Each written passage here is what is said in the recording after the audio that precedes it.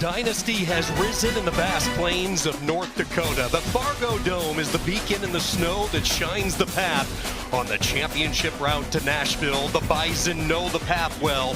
10 national titles in 14 years. The defending champs are back, and they are hungry for more. It's a Missouri Valley Football Conference showdown in round 2 of the playoffs. The Redbirds of Illinois State have left the nest north to take on the Bison.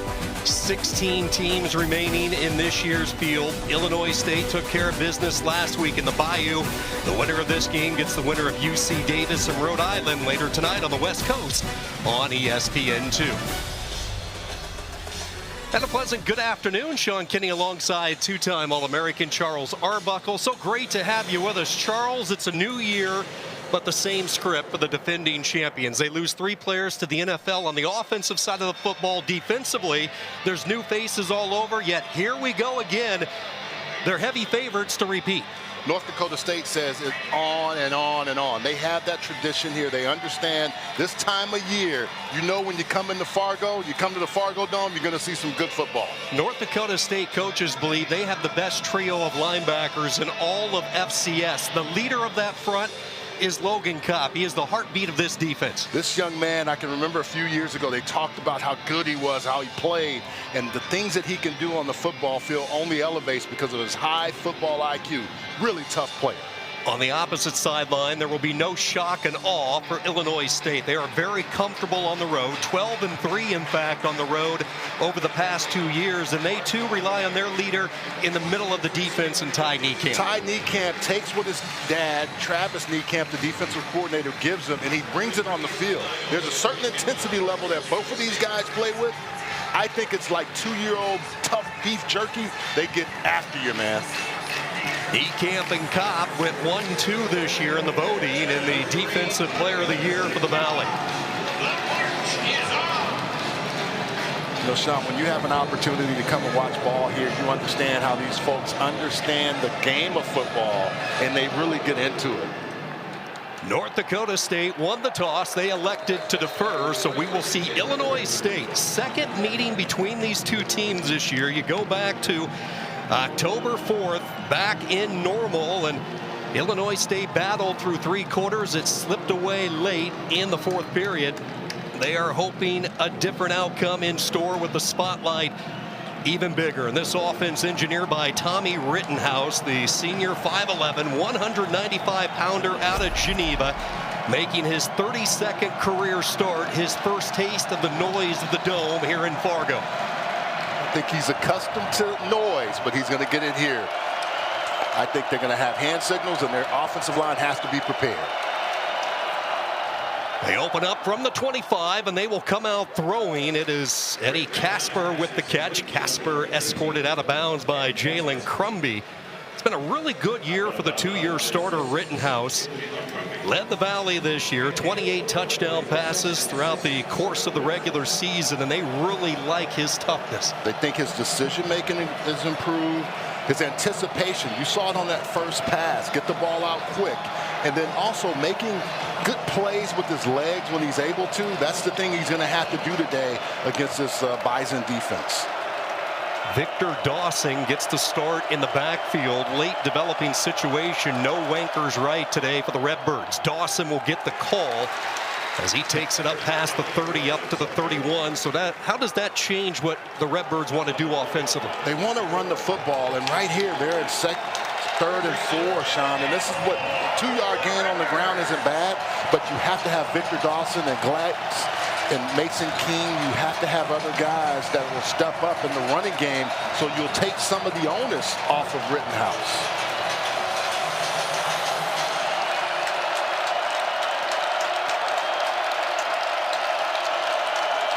Nobody better defensively in the Valley on 3rd down than the Bison.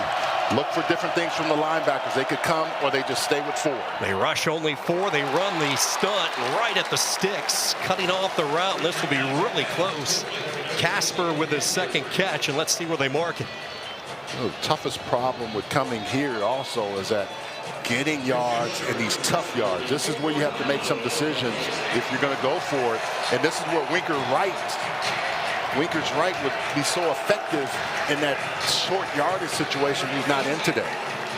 So they are just inches short. And Brock Spack says, let's play the field position game early as he sends out Hayden Futch to punt it.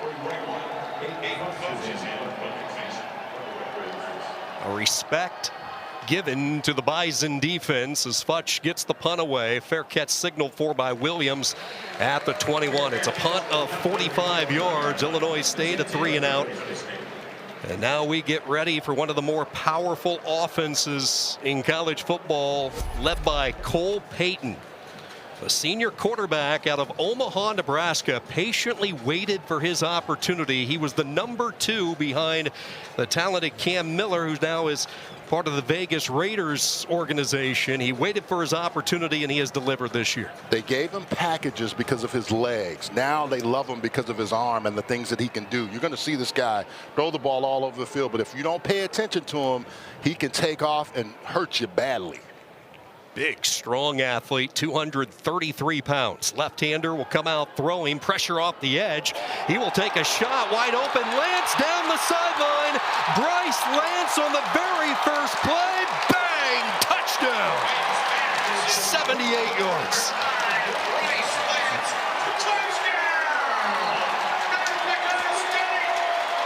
I said, Sean, that he could hurt you with his arm. I didn't think it was going to be on the first play.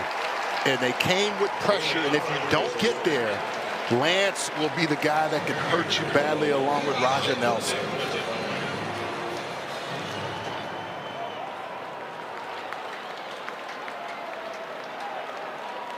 Bryce Lance picks up where he left off last postseason. He had the remarkable run for North Dakota State. 7 touchdown catches in the 4 playoff games.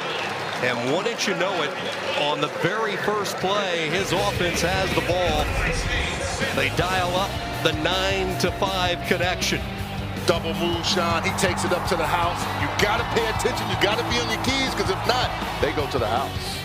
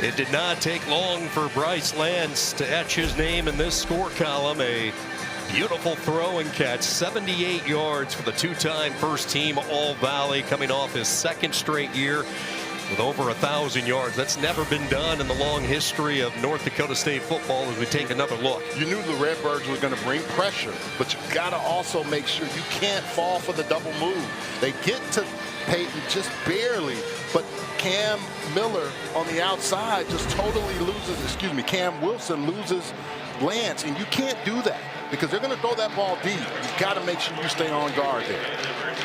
We were talking to North Dakota State coach Tim Polasek about the development of the wide receiver position throughout the years in Fargo. I think it's a misnomer oftentimes they're so good playing physical football and smash mouth football that you forget the skill set on the edge, and they're bringing in a lot of talented receivers over the last 4 or 5 years. They really have, and I think guys understand if they come here, they have a chance to make plays and get to the.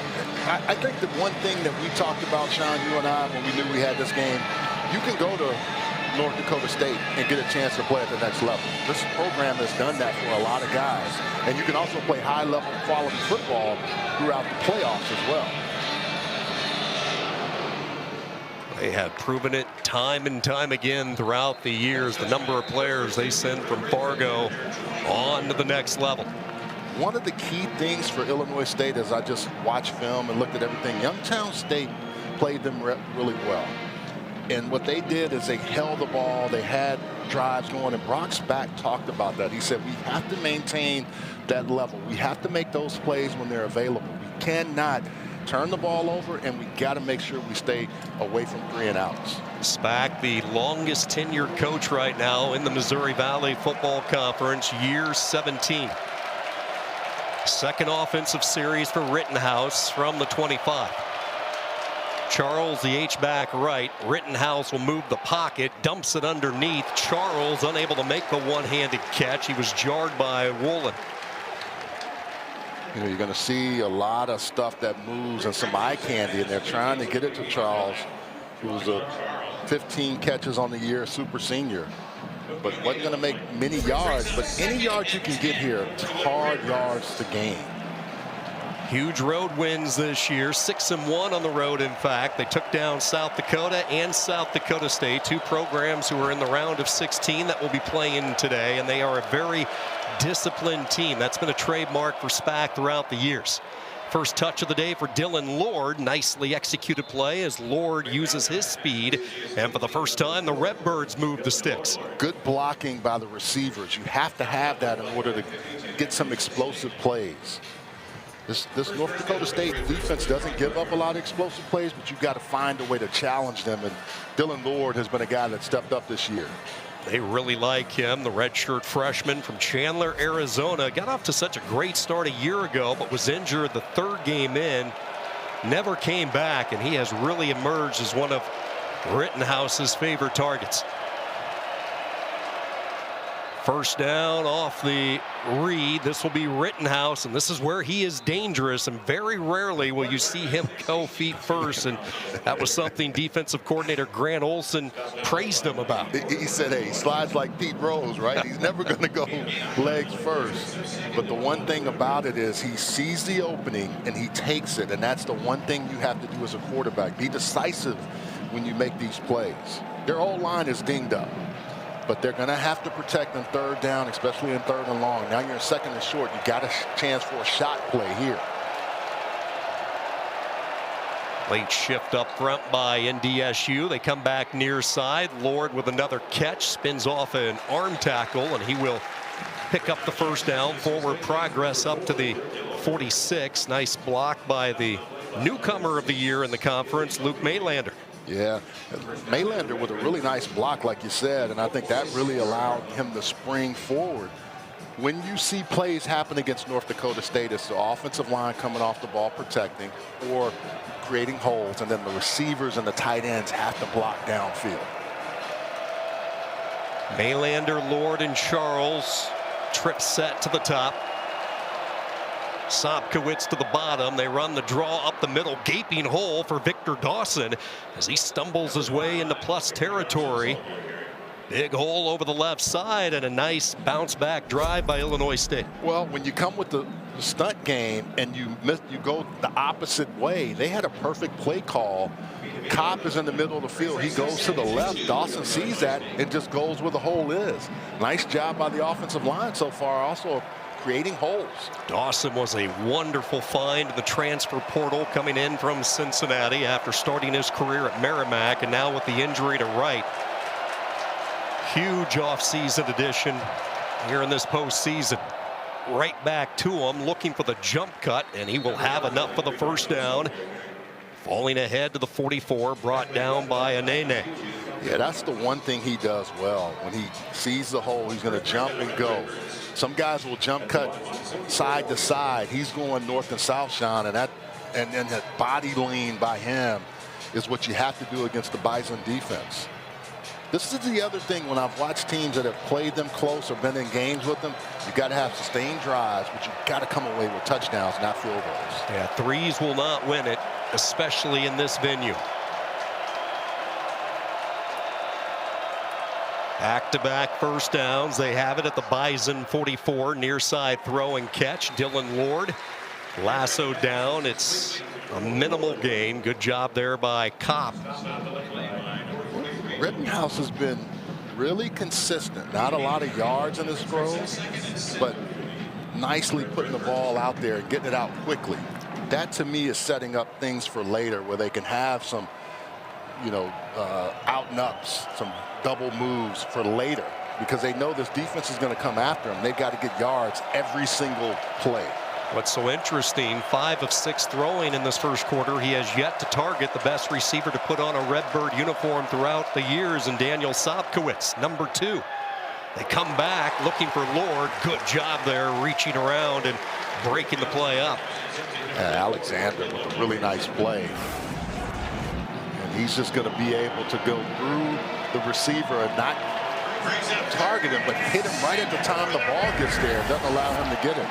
And to your point, Sobkowitz, they're going to do things to take him away. But if you're Illinois State, these are the downs where you need him. He shows up big in big games. This is where you need to see him show up.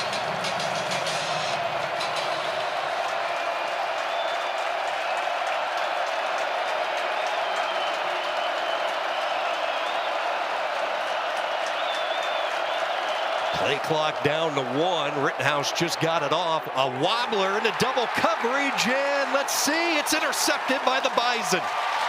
Picked off by Talon Eady. That's now 3 interceptions in 3 consecutive weeks for the talented youngster. You can't force it to him. Double coverage, they know they're going to go to him. And Talon Eady said, "Hey, you give me that ball, I'm going to take it away." Really nice job of bracketing him and then saying, okay, if you're going to throw it here, I'm going to go be the receiver. Nice job by Talon Eady, and not a good decision by Rittenhouse.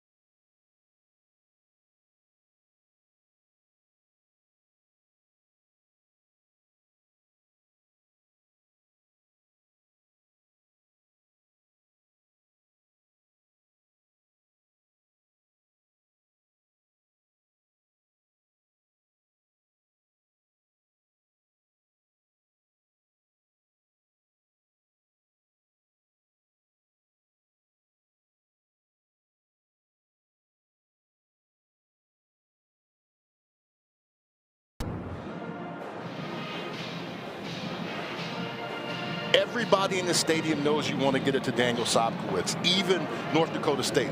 Talon Eady is there, but also Woolen is there and almost knocking it out of his hands. But really good job by those guys coming in and making a play. And the deflection of the ball also is a real key to that, not getting there. Yeah, it looked like that was Dutenheffer who got a hand on it, and what a start for Tim Polasek, who's nearly been perfect in his 2 years in Fargo. And they have lived off the turnovers this year, and they have played complementary football all season long. For the redshirt freshman, Edie, that's 3 interceptions over the last 3 weeks. Now they will hand the ball off, and you will see a lot of patience from this guy.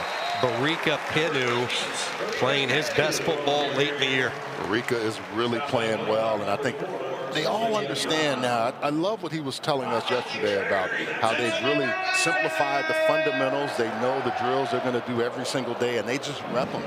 And you can see that happening on this field. That's why they're so good consistently, but even gotten better. Third stint at North Dakota State for Polasek.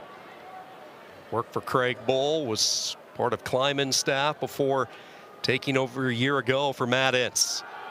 After the 10-yard run by Pinu, look at the time. Pinu with the catch over the middle, and he is hit immediately by Mason Kaplan. The real key in this game is getting to Peyton so he doesn't have that time.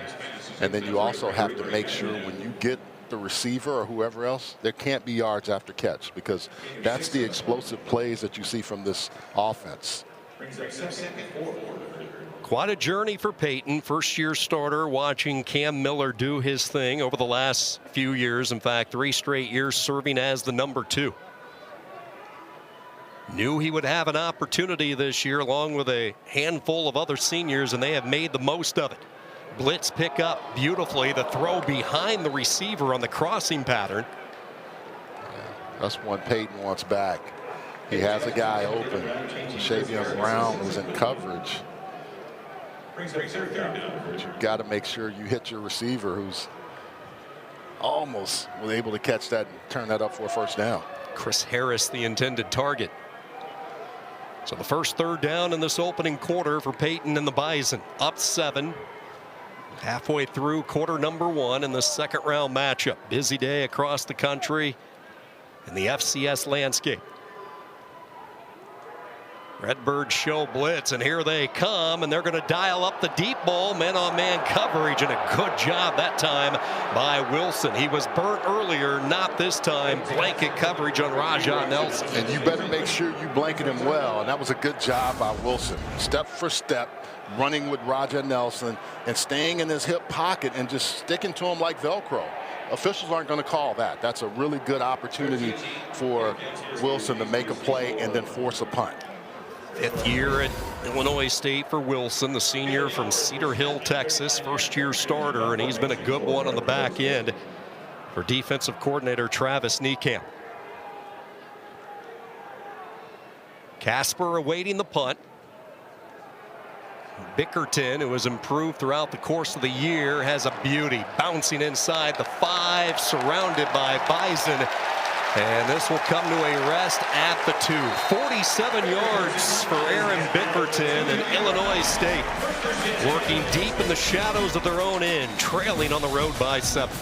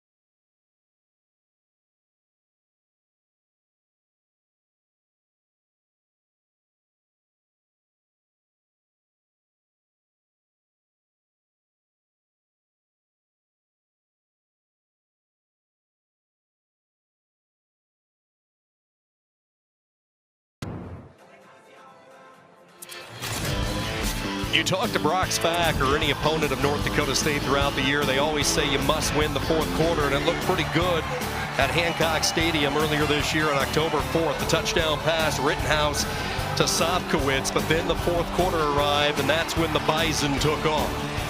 A touch by Peyton finding Bryce lands from 23 yards, and then DJ Scott finished it off. North Dakota State outscoring the Redbirds 15-0, blowing open what was a very tight football game through three quarters. And that's when you talk to the Illinois State staff, 7 or 8 plays in the game that just turned it. Early fumbles, 3 or 4 busts. So they've got to find ways to not, like that turnover there, don't let that stay with you. Don't let that linger. How do you move on from that? The one win in Fargo for Illinois State 2009. They spoiled the Bison homecoming. Sideline pattern looking for Sobkowitz for the first time and just beyond his wide wingspan. You know, their record in the FCS Playoffs, North Dakota State is 38-1 in the Fargo Dome. Since 2010, the only loss they've had was to JMU in 2016. So it's tough to beat them here. It can be done. But it is very, very hard. You got to play really good football to make that happen. Dangerous part of the field here with a very young offensive line. A Redbird O-line that entered today banged up. Up the middle they go, and just trying to get any type of breathing room north-south, that low center of gravity for Victor Dawson. Yes, Sean, generally right here, you want to just get that first down and then stack a couple of them. And the offensive line loves it when you can run the ball, but now you're at 3rd and 9, you have to pass. And I would imagine there'll be some rollout for Tommy Rittenhouse, so he won't be a sitting target. Seth Glatz into the game. Remember, no Winkers right today, so everybody moves up on the depth chart in the running back room.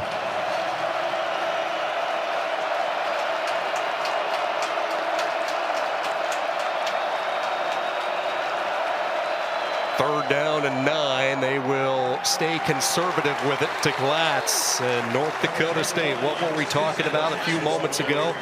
Complementary football. The special teams unit gets the job done. The defense then forces a 3-and-out, and you give this great offense excellent field position. And your linebacking crew comes over and watch the interior. Good hands, just shed and move over. That's what you got to have when you are winning inside. The tackles for losses in this area are really, really critical. Jackson Williams awaiting the punt. Futch with his heels on the back of the goal line gets a terrific kick away, but returnable. One of the most deadly return men in the country. Watch out, Williams with a lane. One man to beat to the 10-5 touchdown. 52 yards for Williams.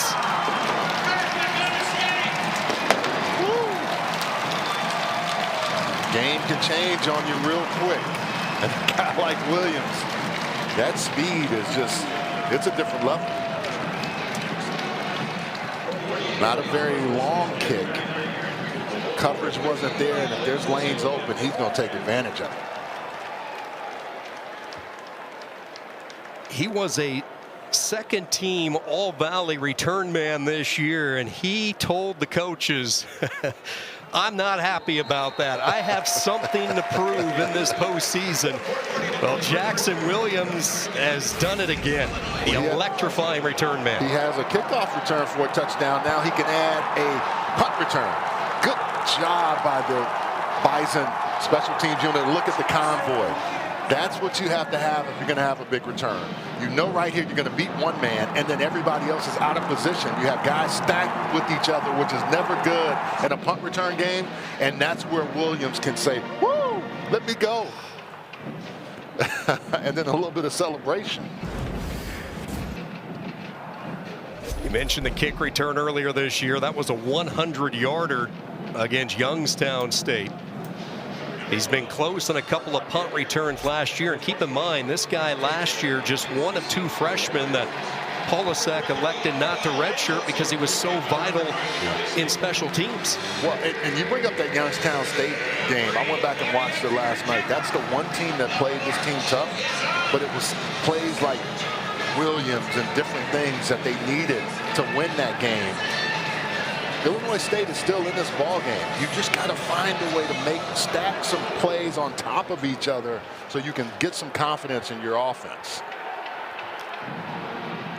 Trouble brewing early, and on the return, this is Marquand Gary as he's cut down at the 25. Don't forget the FCS playoffs continue with quarterfinal action next Friday and Saturday on ABC, ESPN, and ESPN+. For more information, visit NCAA.com, the home for all NCAA championships. What did both teams talk about, Sean? The pit, the line of scrimmage, who's going to win that? So far, North Dakota State is winning there. If you're going to win this game, Illinois State, that's where you have to do it, and they understand that. Rittenhouse 5 of 9 early, picked off once as they go back to the ground game with Seth Latz.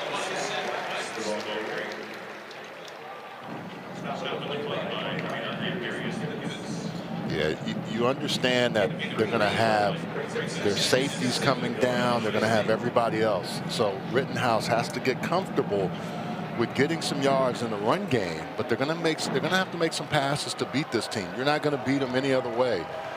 But this is the Illinois State team that's physical. They understand. They played on the road well. Now they have to turn this around now. And it's a defense that is getting healthier with each passing week. Second down, far side throw, making the catch is Casper, but trying to avoid Kopp. He stepped out of bounds. Now you talk about this defense getting healthy. You see number 92 out there, Kelton McCaslin. He is playing with a big club on his hand. They missed him last week. The secondary also getting healthy. Jalen Duffy missed some time late with a concussion. But boy, you get every part back into place, and this is a even scarier situation when you come to Fargo. You got a club. All you need is one hand to play defensive line. You just go on and just make things happen.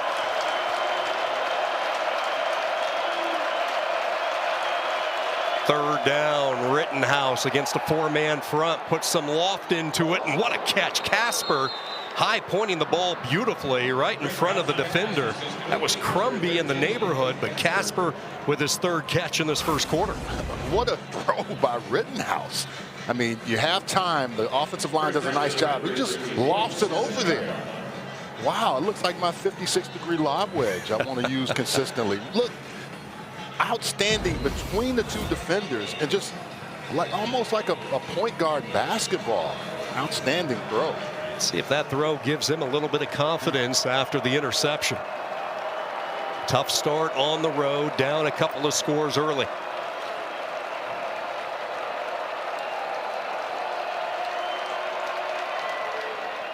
First down, Glatz trying to knife his way through a little crevice. Not much luck.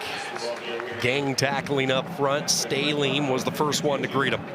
You know, they are so good against the run. They're only allowing 97.6 yards in the run game, North Dakota State. You have to find ways to make your passing game a part of the run game, and then just getting outside, making sure you can get to the edges and get in space.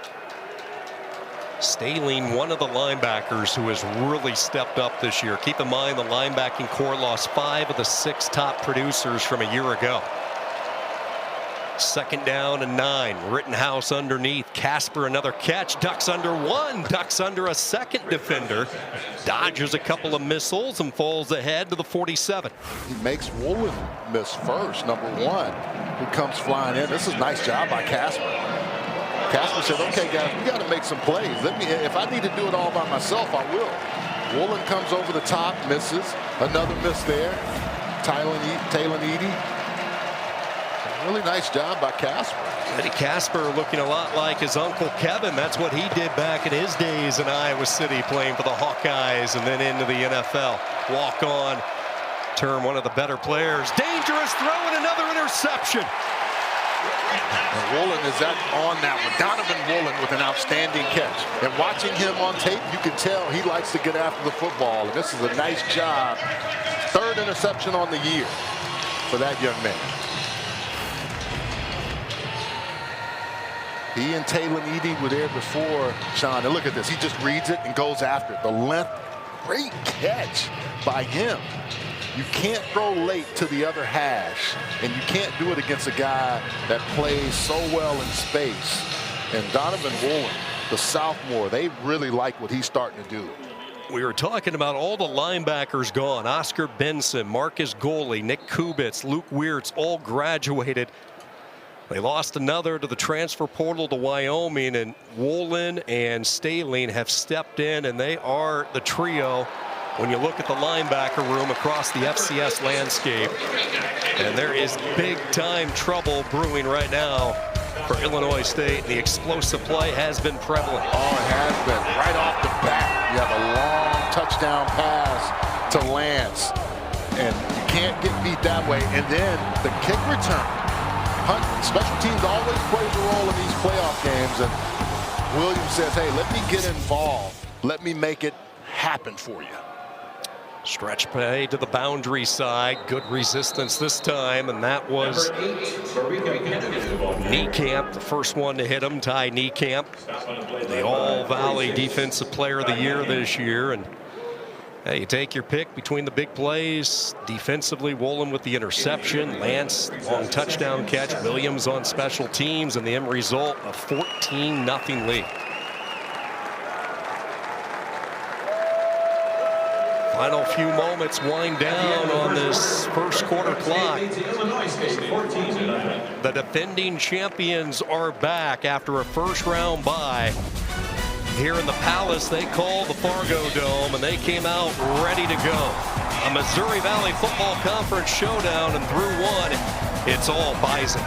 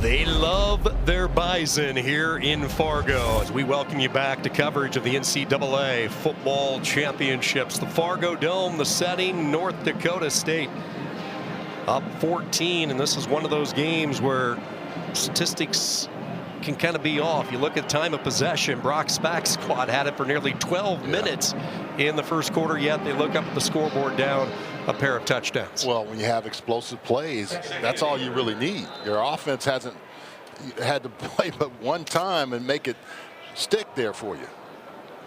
They pitched the ball to Penu. Rika Penu, the senior from West Fargo, hometown product, Cheyenne High School, and really the similar path that Cole Payton took. He patiently waited for his opportunity, sat behind some really good running backs, and now in his senior year, this is his offense, his show. It's more decisive, making plays better in the pass game, pass protection game even.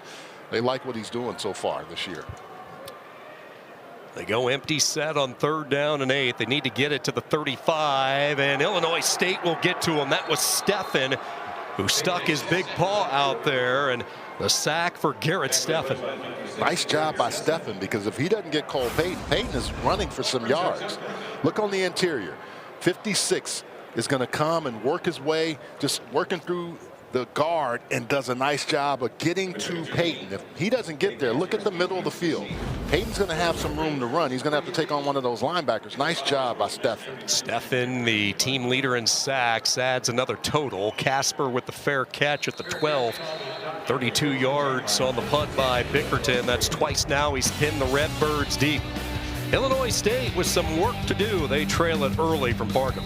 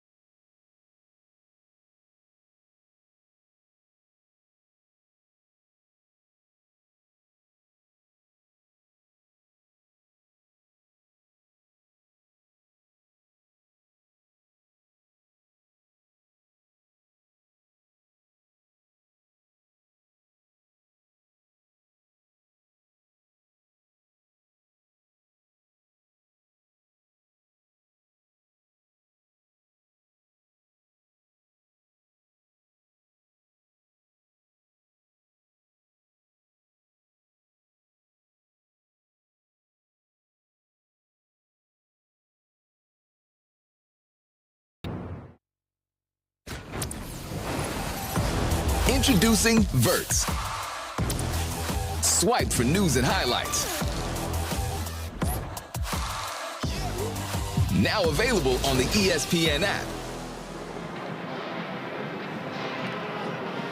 Plenty of football today across FCS. Second round action on the ESPN app, and a tough start for Tommy Rittenhouse. 5th offensive series for the Redbirds. A couple of punts and a couple of interceptions. The 2 picks matching a career high from earlier this year. He's been so good at protecting the football, Charles. Yeah, you got to make sure you protect the ball. You can't give this North Dakota State any opportunity. Their defense has played pretty well. Trying to get this ground game going as they go back to Victor Dawson, plunging ahead for 2 yards, brought down by Keenan Wilson. Their ground game is only averaging 2.9 yards per carry, and that's not going to get it done. And the only offensive guy that's really made plays for him so far has been Eddie Casper. Casper, 5 catches, 32 yards. Lord has the other 3 receptions from Rittenhouse. 8 of 13 in this first half. Second down and some movement up front. Looked like one of the Redbirds flinched.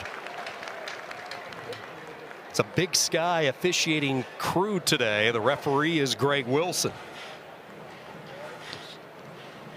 It looks like the left tackle, or right tackle, excuse me.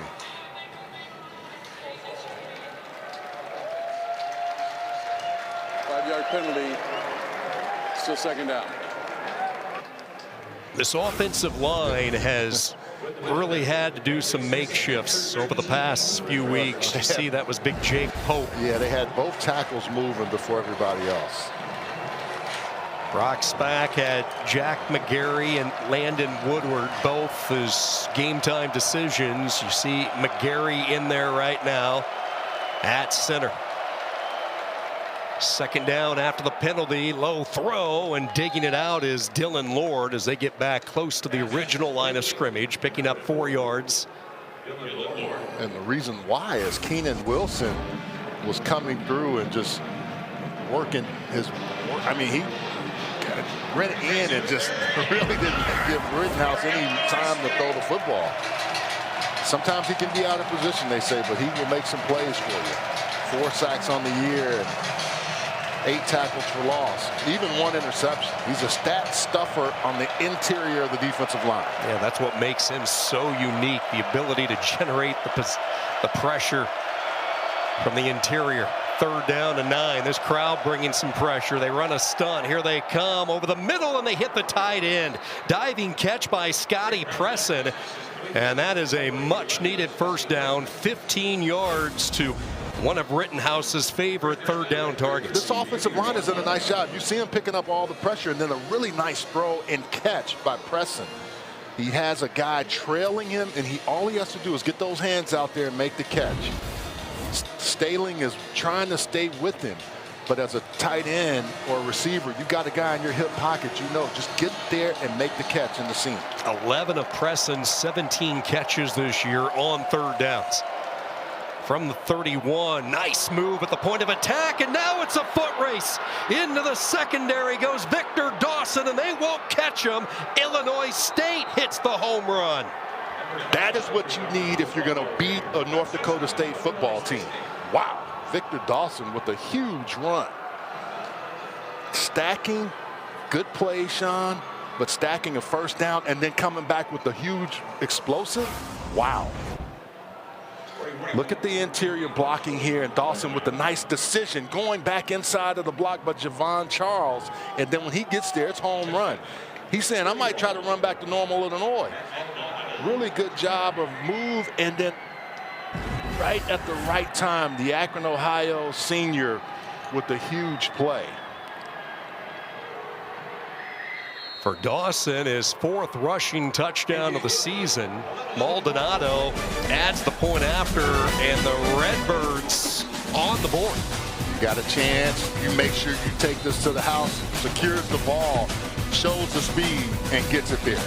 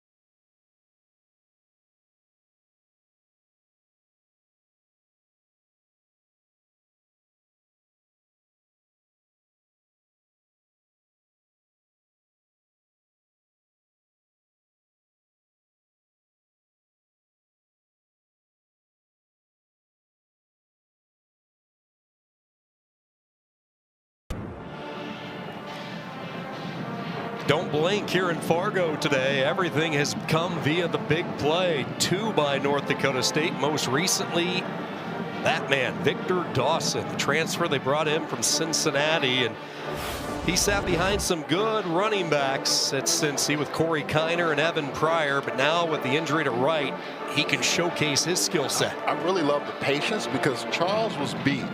He could have stayed outside, but he saw that hole, and then the interior of the offensive line did a nice job of sealing everything, and he just takes it and takes it to the house. The one thing you can do against this defense is if you get in the open space, you can beat them with your speed. That doesn't happen a lot, and they normally have second and third level over the top of it. But for whatever reason, they weren't there, and that's why Illinois State was able to take advantage of it. In fact, it's a Bison defense that has not allowed a 100-yard rusher all year. Williams and Nelson, the two return men, and this will be Nelson with an opportunity from his 5. Stumbles a little bit, and Rajon Nelson with the return of 19 yards. Tim Polasek and North Dakota State, they have been #1 from the get-go. They are the toughest team to score on this year, and it's an offense full of playmakers, and this is an offense that lost their quarterback from a year ago to the NFL. They lost their 2 starting tackles to the NFL, and yet here they are producing those eye-popping numbers one more time. Yeah, they just find ways to keep getting guys in there and just making plays. Restock and reload. Clock operator, please reset the clock to 11:16, please. 11:16, please. You talk about the 2 tackles that they lost to Thank you. the National Football League. Mason Miller on one side, and then how about the year Greg Zabel is having as a starting guard with Seattle. Not one senior in the front 5 for North Dakota State. Young, mean, and talented, and they will run the zone to the right side up to the 30 to the 31-yard line. DJ Scott with his first touch. And they get in big personnel, and they used to run a lot of power. And they still can run power, but they feel like pin and pull is a good one for them. Counter, inside and outside zone works well for them. I think the thing is they're really trying to match what their offensive line can do for these running backs. And they're a little banged up as well. No Josh Maggin. He's in uniform, but they start the true freshman Ryan Babbitts at left tackle. Second down, same play, and there's Niekamp, the Missouri Valley Conference Defensive Player of the Year. A big greeting from the Redbird. I think he and his dad, when they go to breakfast with his brother, they don't talk a lot of football, but I'm sure he says, Dad, if you need me to come downhill, watch 46. Flow with ferocity to the ball carrier. Nice job by Niekamp. He's been a tackle machine all year. 4th tackle today, coming off a 13-tackle game last week. And you see the monster number, and he is a local product, Normal community. The Niekamp family, his younger brother Dexter on the field right now, number 44 on this 3rd and short. Peyton's going to take off. They had a couple of spies out there, and yet Peyton able to craft his way, carve it up to the 36, and keep this drive alive. Nice job by Peyton knowing, hey, I got guys watching me now. I always feel like somebody's watching me. You remember that song? Well, yeah, you're going to have that if you're a quarterback that can run. But look at 14 and 46. You always feel like it, and you have guys coming back, peeling, trying to catch him. Everybody's paying attention to him, but he's still able to get that first down. And that was a key area we both talked about as we watch film this year for Illinois State. They have been prone to give up some quarterback runs and scrambles. DJ Williams is a guy that really hurt them in the run game. Ball got stripped on the backside tackle. Illinois State fighting for it, and the Redbirds end up with it. That was Dexter Niekamp that came behind and punched it out. Watch 44. A young jack with a lot of potential. He said, hey, I'm tired of Big Brother getting all the love. Let me get a little bit. Watch 44 come on the back end and scrape, and the running back never sees it there. Watch 44 here. You're going to see him coming straight down the line, and boom, knock the ball out. You've got to protect the football at all expenses, especially if the linebacker's coming behind you like that. Nice job by Illinois State. This defense has played tough. This is an opportunity for them now to change this game. Johnny on the spot with the recovery. C.J. Richard, and now Rittenhouse. Best starting position of the afternoon. The tackle moved. Looked like it was Brassfield. Ball start. Offense, number 70. It's a 5-yard penalty. Still first down. So let's go to this offensive line on the right. See, Logan Brassfield, normally a guard, has been forced to move to tackle. Wallace, normally a tackle to guard. The difficulties for that, especially late in the year. It's late in the year, and also, too, where your angles are, what you're looking at. You're going against 7, 8, 9 techniques as opposed to the 3 and 5 or guys on the inside. So it changes the landscape for you, but he's versatile enough to do that. Casper in motion. This will be Seth Glatz with a good hole over the right side, right over the A gap. He gets back to the original line of scrimmage. Ethan Wood drives him down. You talk to offensive line coaches, they want a couple of guys that can move to different places, maybe not have to play the whole season there, but to stand in those places. The other thing, Illinois State still has to run the football, and they got the lead, they got a touchdown by running. They're going to have to continue to fight back through the run game. Still no catches for Daniel Sopkowitz. Receiver flanked the bottom of the screen. Rittenhouse changing up the play. 2nd down and 10. Rittenhouse looked his way. Now comes back near side, and the 3rd interception for the Bison. On the return, this is Staline. He has a wall of green. Code green in Fargo. Touchdown, Nathan Staling. 67 yards. These guys are offensive playmakers when they get the football. Whether it's Woolen, whether it's Staling, whether it's Kopp, any of the secondary guys, they want to score. But I think the ball was tipped coming out. He had time, he looks around. Yep, the ball is tipped right there. Really nice job on the interior. I think it was Toby Anene. But nice job by the defensive line of putting their hands up and not letting him throw that clean. Wow. 2nd pick 6 this year for Staling. He took one back against South Dakota. And now the junior from Baxter, Minnesota. Defensive coordinator Grant Olson called him the best 3rd-string linebacker in the country a year ago.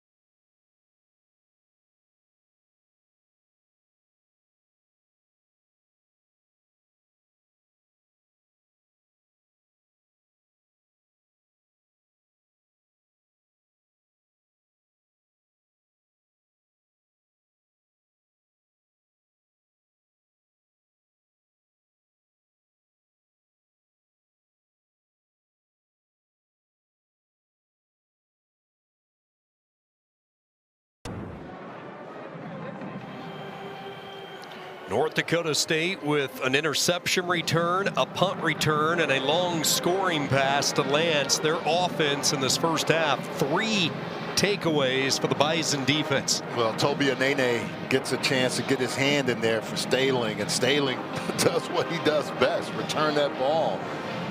But you talk about complimentary football, but also guys on the team. You don't. That's not going to go down as a big stat, right? A tip ball or a pass defense, but it comes out huge because on the other end you get 52 to take it back to the house and change the momentum back to the Bison. We were talking before break. Grant Olson just heaping praise on the junior Staling. Last year joking the best third-string linebacker in the country, and that's just because he had such wonderful linebackers out in front of him. And he comes up with the big play, but it's been a tough first half for Rittenhouse. Not one, not two, 3 interceptions. Yeah, and it's come in the way of 2 of them by linebackers, which is a really key component for this defense. Logan Cobb gets a lot of the attention, but Staling and Woolen, the junior and sophomore respectively, also they battle and competitive in a friendly way of getting plays and getting tackles. First time he's been picked off 3 times in a football game as the starter the past 2 years. And look at the hole open up. Right up the middle goes Victor Dawson. 8 yards for Dawson, up ahead to the 26. Dawson is running through the holes and finding spots inside to really make a difference for this offense. They just have to protect the football. That's the only way they're going to find a way to win. You can't beat this team any other way but to protect the football and play solid against them. NDSU has been a brick wall all season, but look what the Redbirds have been able to do today, and they will add to that total. A first down run for Dawson. And what Dawson is doing, Sean, is he's going behind the zone, and instead of cutting onside, he'll stay backside, and they've just walled everything off, and then it's forcing the linebackers and the safeties to come up and have to tackle him. Victor Dawson's father started him in football back in 5th grade. He watched a ton of college and NFL games. Started his career at Merrimack, where he rushed for 230 yards his freshman year before a season-ending injury. Came back his sophomore year, put up even bigger numbers, and that's when he hit the portal and spent a couple of years at Cincinnati with Coach Scott Satterfield. Just couldn't get on the field consistently, sitting behind players like Pryor and Kiner. Of course, Sorsby, a running quarterback for the Bearcats. He was actually brought to Illinois State by the current North Dakota State running back coach, and Sam O'Jury. Yeah. Hey, it works well for him, right? And I will say this, Tony Peterson and the staff have to figure out ways to continue to do this. And then when Rittenhouse throws the football, make him comfortable on things that he can get to the outside.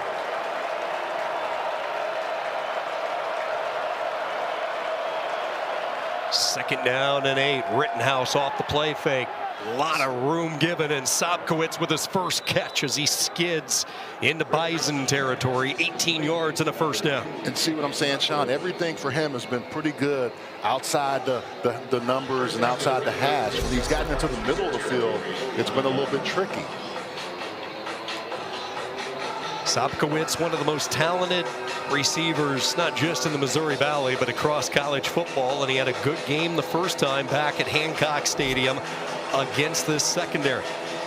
Grant Olson is clearly aware, the defensive coordinator, of where Sobkowitz is all the time. First down and coming off the edge with the tackle. That was beautifully done by Duffy, the corner. And these corners don't mind getting in there and mixing it up. Jalen Duffy at 5'11", 175. You can see he throws himself around, and really nice job of getting that tackle there. He and Jaquise Alexander both will come off the edge and make plays along with Alfaro. You saw the defensive coordinator in the last shot, Grant Olson. He was a good one for the Bison back in his day. Second down and 11. Back to the ground they go with Glatz. Runs through one arm tackle. Glatz will take it to the 47, where Anene has another stop. I like what they're doing here to calm your quarterback down and get him back into the game, because when you throw 3 interceptions, you just kind of like start pressing. But I will say this, now he has to throw the football, making sure that he does it in a way where he doesn't get in harm's way again. Is this 4-down territory? Do you have 2 downs to pick up 7? It almost looks like it, but you got to make sure you get this down and make it positive yards and not give it away to the other team. Third down, pressure comes up the middle. Rittenhouse trying to buy some time, and now he's going to use his legs, and he takes a big hit. Rittenhouse putting the body out there. Isley, one of the first players to chase him down. And you see some of the toughness from Tommy Rittenhouse. Yeah, and he's going to take a shot from Woolen also. That's the shot that really hits him. And to your point, going forward on fourth down, picking up those yards. He took a shot by Donovan Woolen. It's playoff football. It's the month of December. There's no tomorrow for the loser. You lay it all on the line like Rittenhouse did. Big play early in this football game. 4th down and 2. Here comes this crowd. Play clock to 1, and Illinois State frantically trying to get the attention of the side judge to get a timeout, and they just did get it called. Yeah, you had an assistant running down the sideline trying to get the call. There is no foul for delay of game. Illinois State called timeout prior to the play clock running out. That is their first timeout. They were frantically 30-second timeout.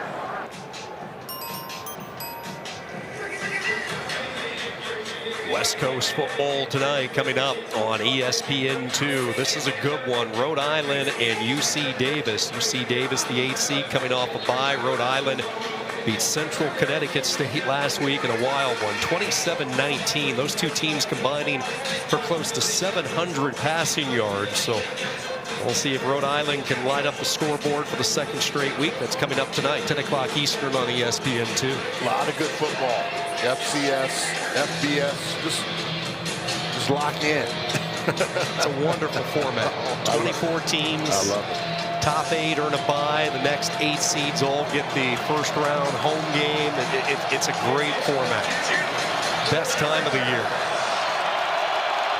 4th and 2. Lord in motion. Charles the H-back left. They will pitch it. Lord with a cutback lane and a 1st down. Ooh. I love that from Dylan Lord. Did not try to get cute. Nope. Saw a little space, knew what he had to do. Homer Smith, our former offensive coordinator, rest his soul, would say, knife it in there. When you get the ball, watch this. This is what knifing looks like. Homer Smith would say, if you stick the foot in the ground and you knife it through there, you will get the 1st down. Go through knife like butter. And that's what he did right there. Paid the price, but the tough guy showing some courage and really some football intuition. Great play. Approaching the 2-minute timeout. 1st down from the 39. Rittenhouse will wing it out. Far side throw, making the catch. First catch of the day for the talented freshman Luke Maylander as he sprints up ahead. And look what they're trying to do again, Sean. Take it out of the middle of the field where these linebackers are lurking and getting it into space. And I like what Tony Peterson has done now to calm this quarterback down. Can't beat them in that interior with Kopp, Staling, and Woolen running around inside the numbers. But if you can get it outside and get it away from them, you stay out of harm's way. They love throwing the screen out of this formation. They will not do it here as they hand the ball off on what will take us to the 2-minute timeout. Illinois State hanging around. Key drive late. The Bison here at the Fargo Dome on top, 21-7.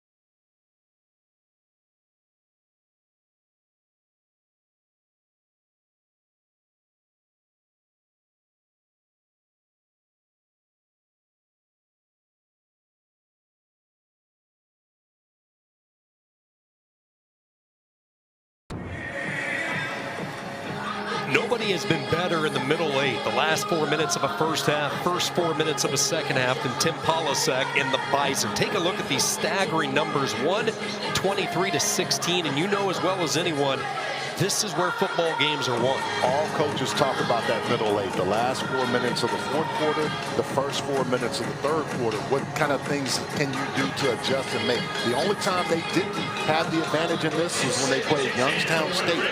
Every other game, they have shown dominance at this part. Illinois State trying to curb the trend with this drive. 11th play of the drive coming up for Rittenhouse. They've eaten up over 6 minutes off the game clock. 2nd down and 10. Out of the backfield, making the catch is Seth Glatz, hit immediately by Givens. Sean, look what they're doing again, keeping throws that stay away from that interior. You've got to do what you can to make sure you keep the chains moving. North Dakota State, they're first. Bison are going to use a timeout with 3rd down and 8 coming up. Now, what a year it is for the Missouri Valley Football Conference. 6 teams this year, quarter of the field represented by one conference, and rightfully so, year in, year out. They almost cannibalize each other throughout the course of the season, which costs them some seeds once the bracket is unveiled. And Sean, how much do you hear people saying, well, why don't they move up to the FCS? Why should you? Why should you? If you can dominate here and get into the college, the FCS championship run or playoff, this is what you want to do. And I think it's worked very well for them. And they've even started getting kids that want to transfer to them from the Power 4 conference because they know they can come and play some good football if they're not getting a chance to play on their side or play on their team.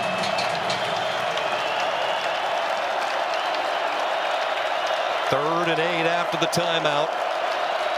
Glatz is the back. Presson in motion. Keep an eye on him. Rittenhouse with time over the middle, and the pass is caught. And this will be a 1st down catch.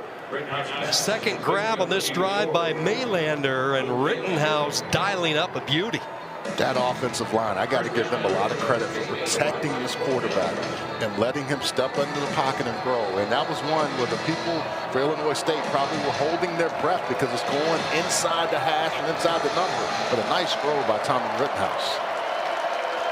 Fresh set of downs. They have it just outside the 10. They can still pick up a 1st down. Dancing through a hole outside the right guard goes Glatz.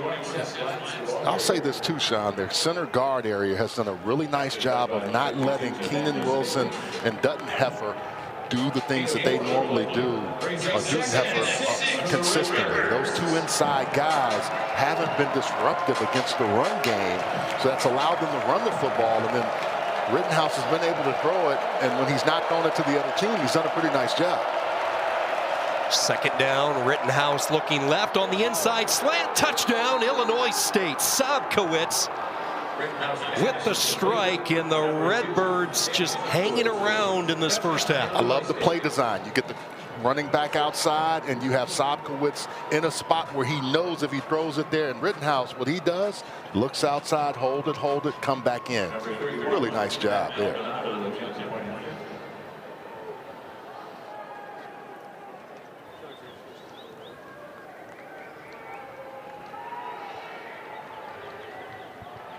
Nobody has caught more touchdown passes in Illinois State football history than Daniel Sobkowitz, and he adds 1 more to the total. 14-play, 82-yard drive. Set Glatz on a wheel route, and Rittenhouse does a really good job of holding everybody with his eyes outside, and then comes into Sobkowitz, who this was a really nice throw by him, getting his confidence back. But a really good drive by this Illinois State team.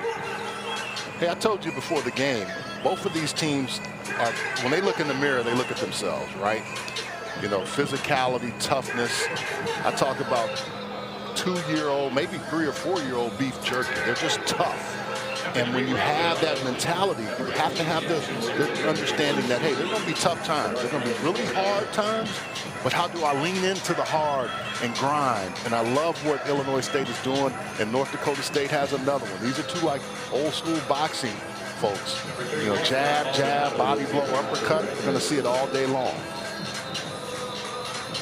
Yeah, when these brackets were unveiled and you saw the opportunity of these two heavyweights in the conference getting together as early as the second round, I know I circled this date like this is going to be a fun one, and it has lived up to it. Explosive plays. We've seen star players step up. Illinois State enduring the turnovers and some special teams as Williams is going to give it a crack. 5 yards deep as a flag is thrown. Williams, boy, he takes a big hit as he pops his way out to the 30, but a flag thrown. It's been a fairly clean football game in this first half.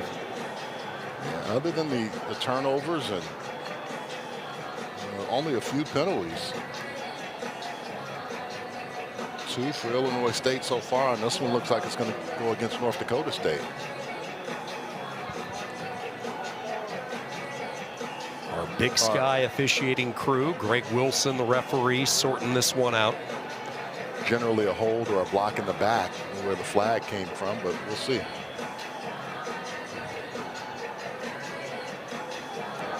There are 2 fouls during the return, holding kicking team number 27.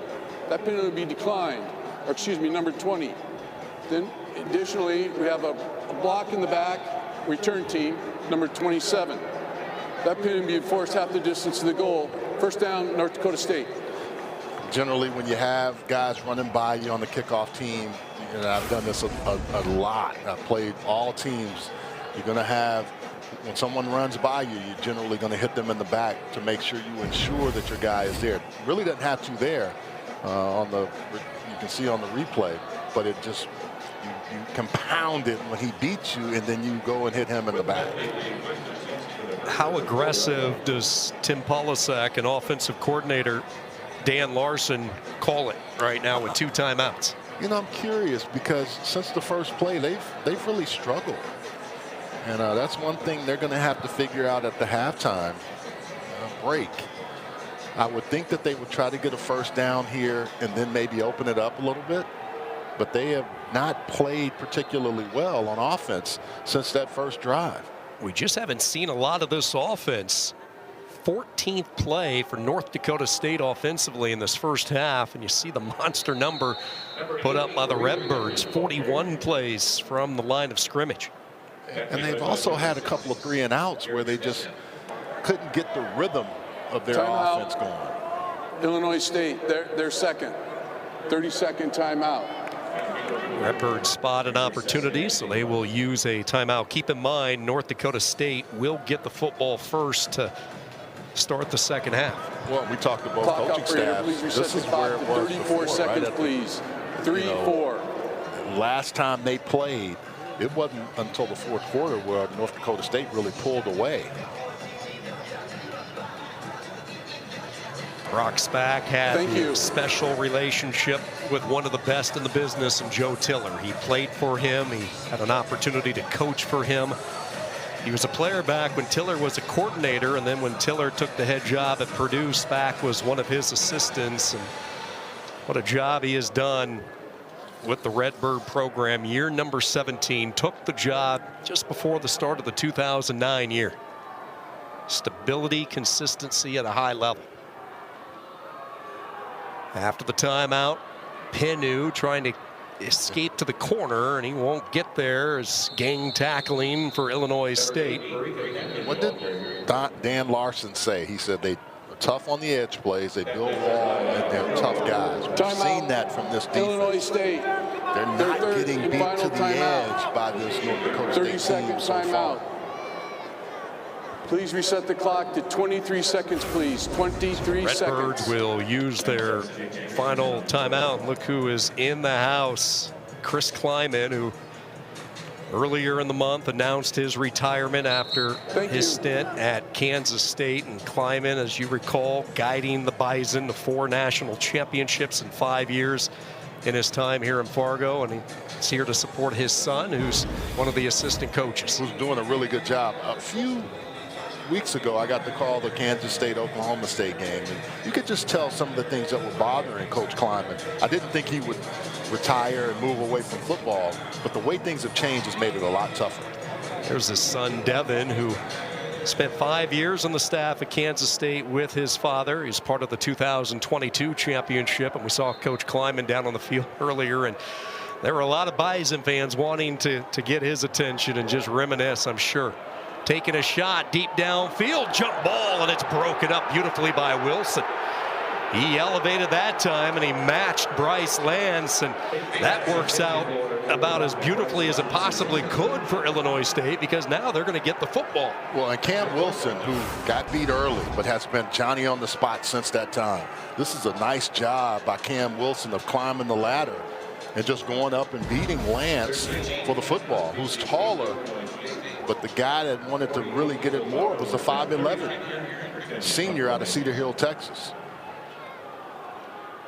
Got some confidence now, these Redbirds. Bickerton on the punt for the third time, gets the kick away. It's a spiraling kick, line drive, and a beauty. Casper on the back pedal, fields at the 28, and just has nowhere to go. If there's an MVP in this first half, there's been plenty on both sides, but Aaron Bickerton's name will be up near the top of the list. Oh man, he is at some hellacious punts because it just puts you in harm's way, and Casper is in that no man's land, and he has just done a nice job.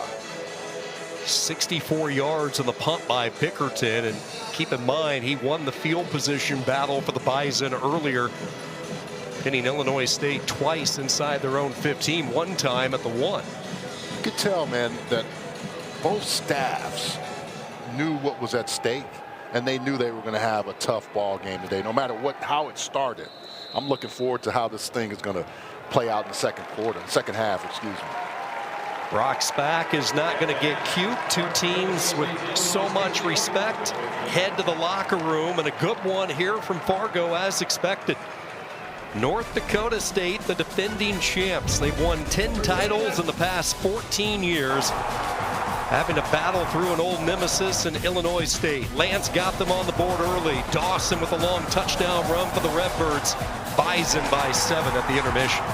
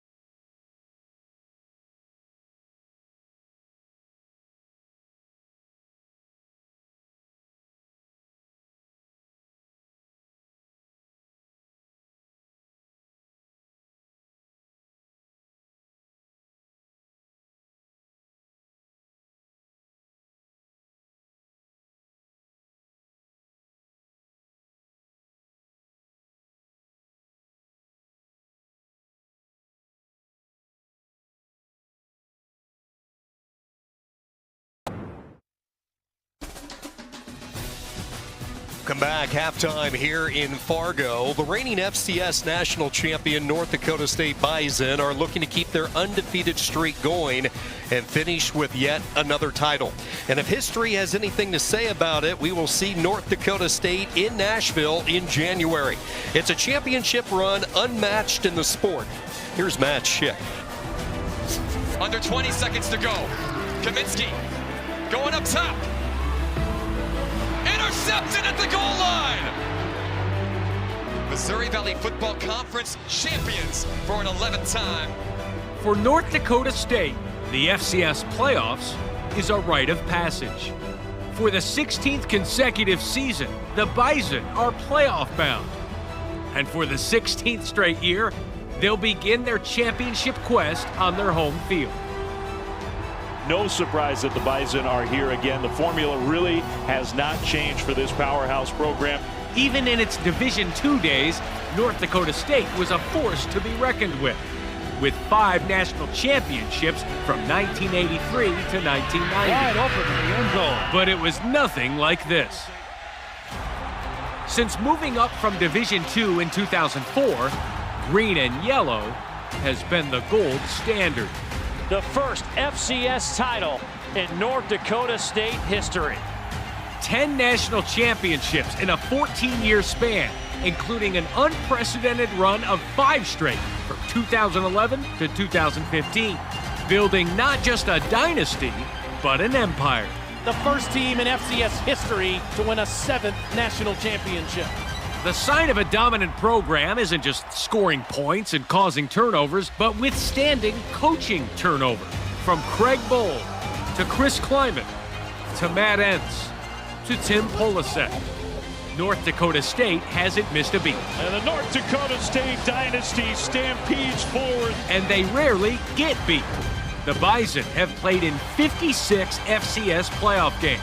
Their record, 51-5. And they're once again ready to defend their national championship, something they've successfully done 6 times. The Dakota dynasty lives on.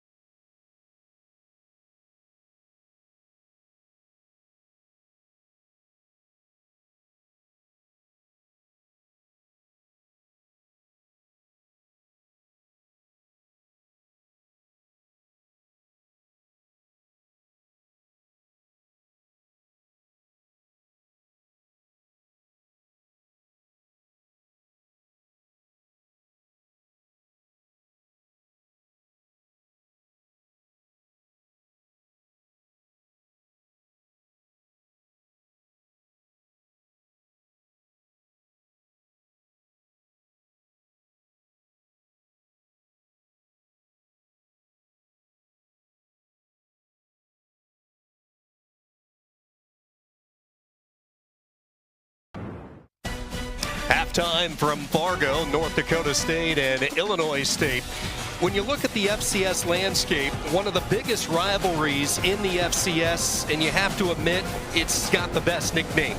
We head to the Northwest in the brawl of the Wild between Montana and Montana State. The annual battle between the Grizzlies and the Bobcats divides Big Sky country. Ryan McGee gives us a history lesson on one of the most intense rivalries in all of sports.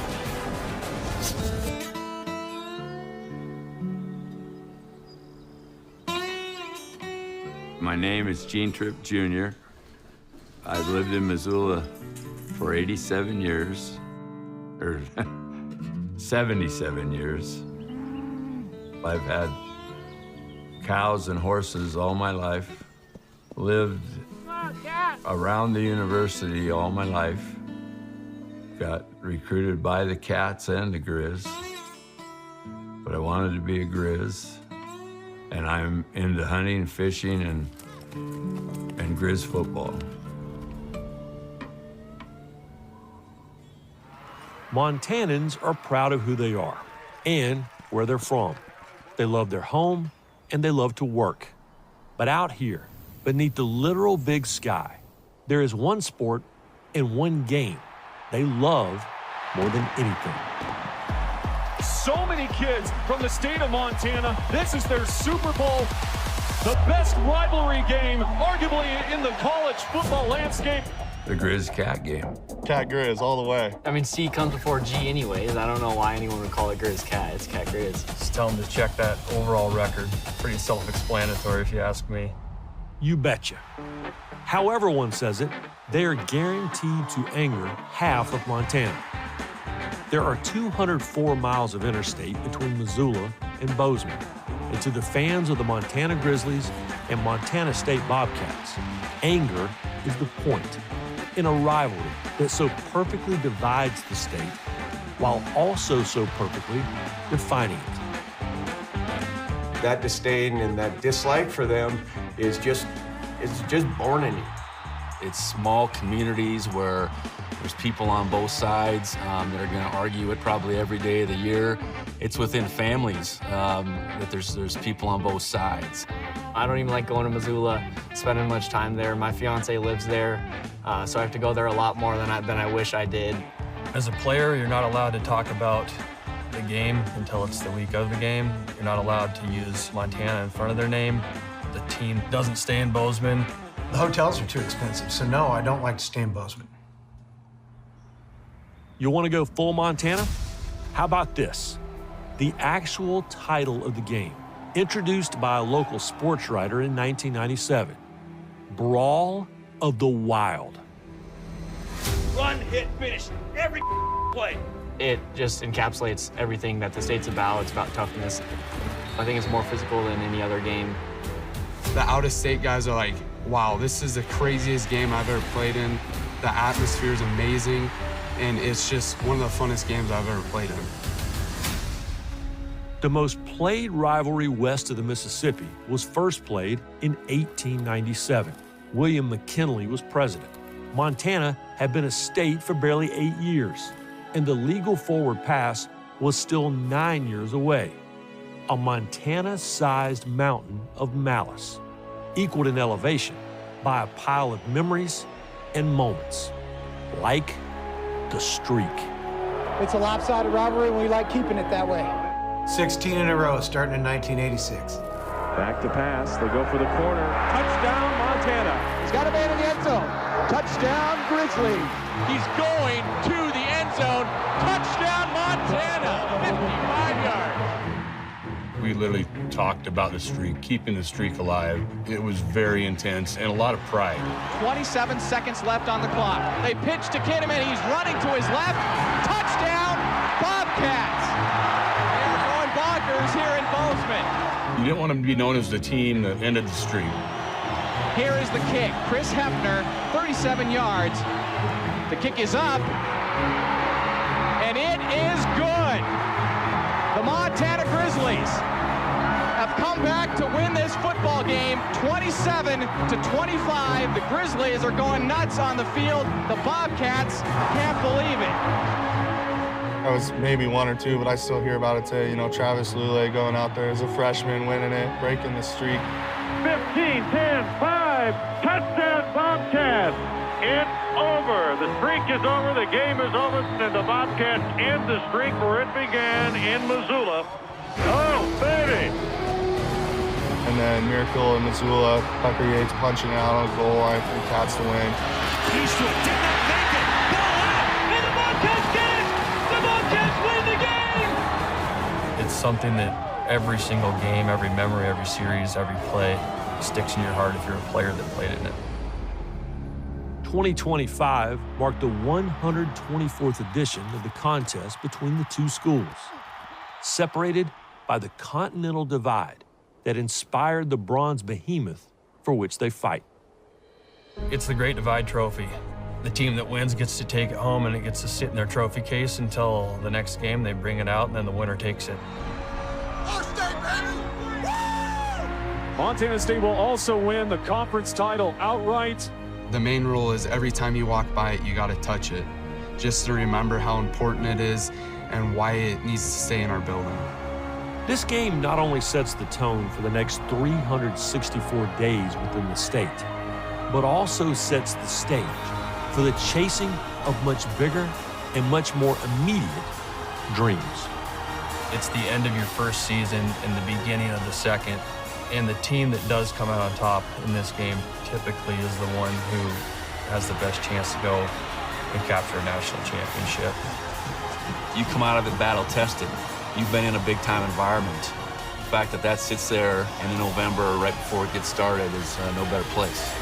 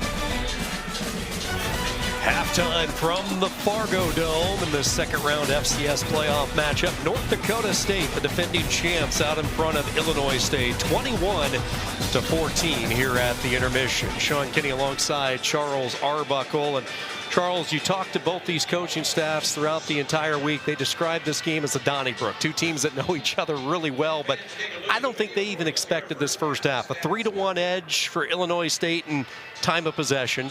They run 42 plays to 16 for North Dakota State, and they outgained them 2-1. Just a weird first half, yet the Bison lead by 7. The Bison were able to be explosive early on, and then their offense really wasn't there. Their defense did everything else. Special teams did things. The explosive plays that we talked about right away from the very first play. Lance gets into the end zone, you think, oh, this is going to be a game that's going to turn for the offense. And then special teams plays a role with the huge punt return. And there were so many miscues early on by Illinois State, even though they were moving the ball. But this right here seemed to change the momentum when they were able to get that ball and take it to the house right off the bat. And I think those are the kind of keys that happen. And then the pick six of Staling going the other way, his second on the year.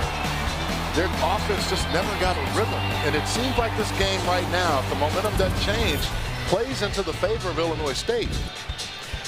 North Dakota State will get the football first. Rittenhouse with the touchdown pass, picked off 3 times. At stake, a berth in the quarterfinals. Second half kickoff coming up from Fargo.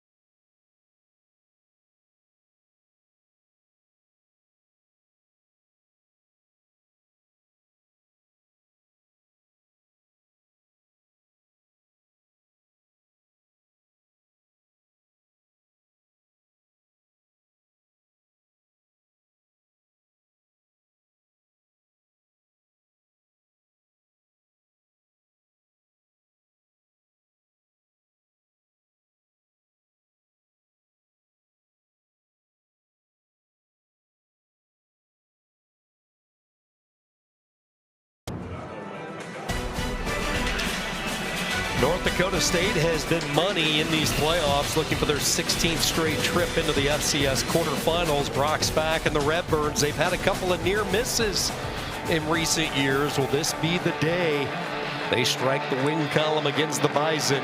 Has not happened since 2010. They are trying to find a way to beat this team, and special teams is a key part. If you're a special teams unit, you better get down and cover. These 2 return guys are very, very dangerous. Winner of this game will get the winner of Rhode Island and UC Davis, which will kick off 10 Eastern tonight on ESPN2 on the West Coast. All right, Charles, you look at this offense right now for North Dakota State. They were on the field for a grand total of 7 minutes, 15 seconds. They had 16 plays from the line of scrimmage. What's the play calls here to get Cole Payton some type of rhythm and flow offensively? Running game has to take off. And then if they get into a situation where he has to pass and he has an open lane to run the football, that's where he's really been effective. He has 13 touchdowns rushing, 791 yards on the ground. So he also has to play a role in the run game if it's not going to come from the running backs. Penu, 7 carries for 29 yards in the first half, and they will go to the ground and look at the pursuit, the penetration by Illinois State. Jake Anderson, he is their money winner inside, the big, tough nose guard that they really anchor so much around. Garrett Steffen, also 56, holding the edge. We talk a lot about them being in position and not allowing them to get down and constricting what these guys want to do. I think this is really a good job by this Illinois State defense on the first play out of the break. Steffen in a second year at Normal, transferred in from Western Illinois. Loss of 2 for Penu. Payton the throw, and he's hit, and he gets away. Here's the strength. The flag is thrown. Cole Payton to the edge, and he will hop skip out of bounds, but a flag thrown in the vicinity of a hole when it looked like the Redbirds had him dead to right. Well, that's the one thing. He is so strong. He will break away from you. With pressure, you got to contain your lanes. Holding.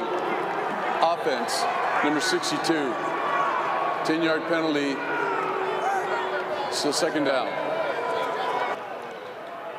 One compounding thing you can't do if you're North Dakota State is have a penalty flag come against you, and these are the things that end up hurting you. That was Reese Edwards, who had a pretty good hold of Cole Payton. He did. He's a wrestler. He's a great wrestler in high school, but he couldn't wrestle him down there. Won close to 100 matches on the mat. State finalists. Reese Edwards, there's a few wrestlers on both of these squads. Cut back there by Penu as he takes it up close to the 20, marked down at the 19-yard line. Ty Niekamp, another stop. Travis Niekamp, the defensive coordinator, has said we've got to win on first down, which has been happening consistently in those, 18 plays, and then really getting off the field on third down. He said those are the two key things that he had to have this team do. And so far, we've seen that against the offense, other than that explosive first play out of the gate. Secondary will be tested here. Kuba, one corner. Another cornerback near side is DeBose. Wilson also in the game. Nickel package, pair of safeties as well. Third down and a mile. They will bring Niekamp on a blitz. They bring Brown on a delayed blitz. And it all pays off because it's Stephan who ends up with his second sack of the day. Yeah, you put him in third and long, and this is how you get off the field on third down. You bring pressure, you cloud it up, and it makes it tough for Cole Payton to find anywhere to go. And Stephan is so good at getting there.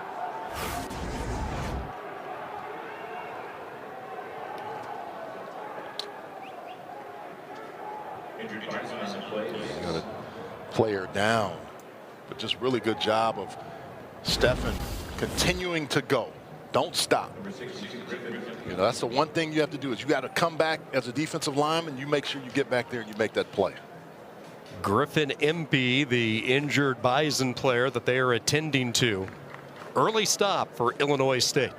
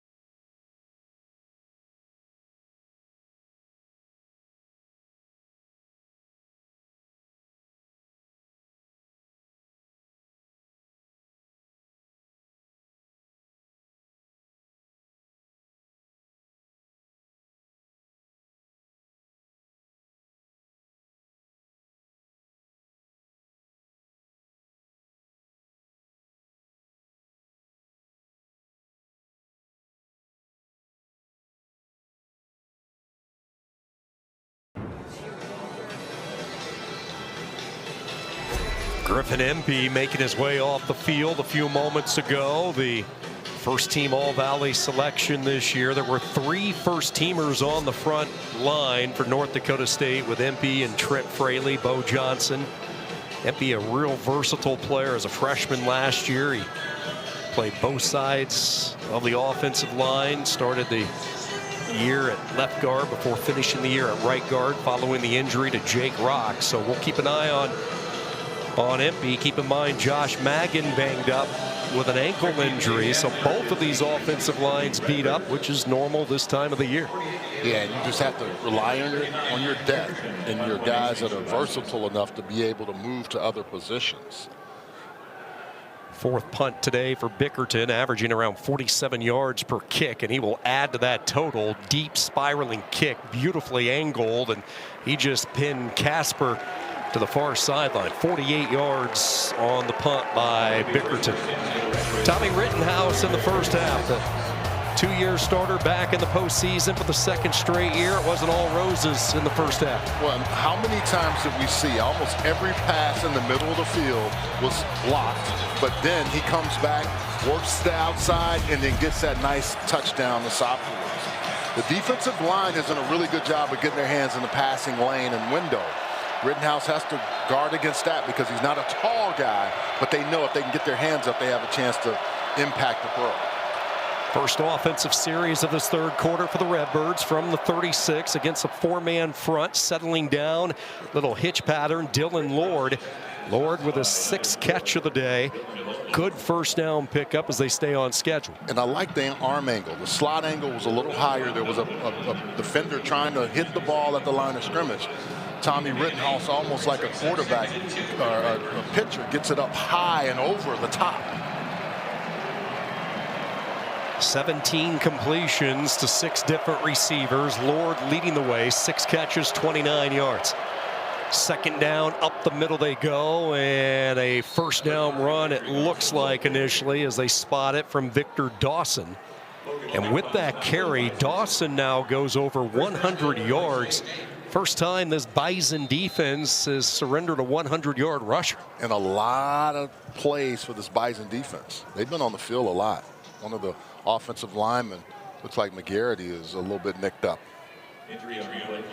This is Jack McGarry now who is injured, and there you see Winkers Wright, who was ruled inactive right before kickoff. And this was a 1,000-yard rusher a year ago for Illinois State. Always has a contagious smile on his face, but he suffered a shoulder injury last week. Just could not give it a go, and this is a guy that pretty much has played banged up all season long. And McGarry has been injured as well, nicked up, and we're hoping that they could keep him in the game. Winker Wright all season has just played hurt. Couldn't go today. So Braden Jellison now moves to the center position from guard, and he opens up a hole on a quick hitter for Dawson. Little ISO football over the A-gap and plunging his way into plus territory goes the senior from Akron. Yeah, I mean, the holes are opening up. Look on the interior right there. That offensive line does a nice job of moving. Woolen comes over, they're getting it, but this 5 yards every time you run the ball is not where you want to be if you're North Dakota State. So Jellison at center, you have Wallace at right guard, Brassfield at right tackle. They are mixing and matching up front. The anchor has been over on the left side with Jake Pope at left tackle. Second down and 5, Lord in motion, good time, dangerous throw, tipped up, and it's intercepted again. The old tip drill still on his feet, working his way to the Redbird 47, the 4th interception today. Donovan Woolen comes over and knocks that ball up. He just played a role in almost all of the interceptions, except for the Staling touchdown. Watch number 1, long, limp, athletic field. Gets his hand in there, knocks it up. Now, one thing that Sopwitz could do is come back and be more friendly. Look at 4. Don't just stay there. Go. Don't let him beat you to the spot of the ball. But really nice job, and Rittenhouse has got to be upset with himself. And Logan Larson made him think about it a few extra seconds on the turf. Yeah, and one thing there, I know that's going to go on Rittenhouse, but I'm going to put some of the blame on Sopwitz as well, because that's where you as a receiver have to help. Be friendly to your quarterback, because this team is a ball-hawking defense. See if this gets this crowd back into it. Here comes the blitz untouched, and they get rid of it to Scott, but he was being hounded the entire way. That was Jake Anderson, the nose guard, out on the edge, keeping up with Scott. Pressure up the middle applied by Mason Kaplan. Yeah, Mason Kaplan came like a shotgun. He was there, and all of a sudden you see Cole Payton say, hey, I got to rush everything. That's why they're not getting any rhythm, because they're just not letting them get comfortable and do the things that the Bison usually are accustomed to doing. Keep in mind, 78 of those 122 yards on the very first play of this football game. Travis Niecamp's defense getting the job done. Scott over the right side trying to churn his legs, and he will move the pile to the 42. It's a gain of 5, setting up third down. Sean, we talked about the defenses playing a role, and they really have. I mean, if this Illinois State team can look up and say, we've held this team to 21 plays. We've been really good. Cole Payton is 2 of 6. The run game has been 39 yards for North Dakota State. The problem is the turnovers have hurt Illinois State, and I think that's the issue, that if you can change, you're still in this ball game.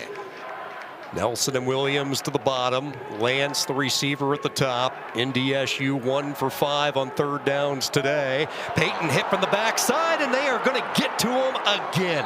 That was Reese Edwards, and he was not going to let him get free this time. One of the things that this team, Illinois State, has done a good job of is sacking the quarterback. And that is what North Dakota State has done a job of blocking. There's some frustration now. You're going to see penalty flags flow because there are a lot of jawing now between these two ball clubs.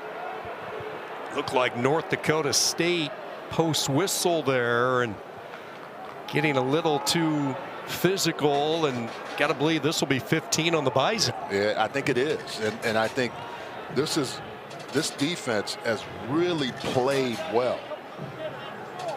You can't ask them to do anything more than what they've done other than that first pass right out of the gate. After the play was over, unsportsmanlike conduct, offense number 88. That's his first. That's a 15-yard penalty. Down counts. 4th down. Carson Williams, tight end. There's a great story about Bauer. Also got his scholarship before the San Diego State game.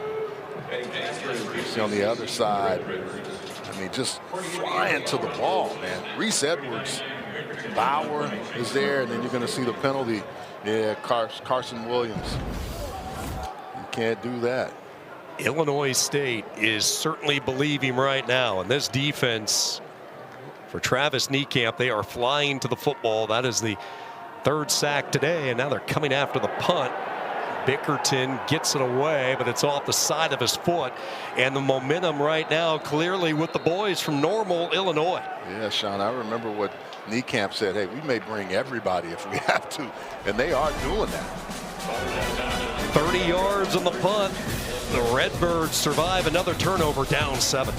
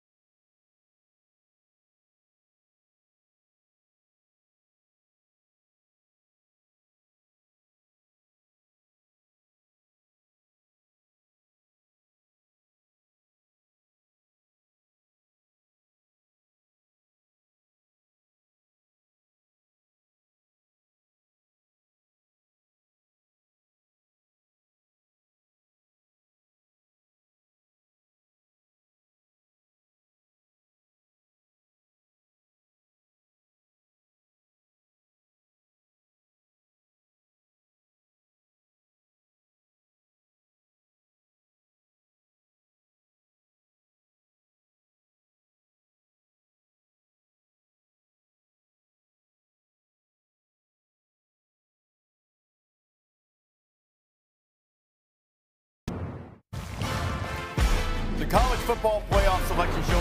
The bracket will be filled. Judgment Day is here.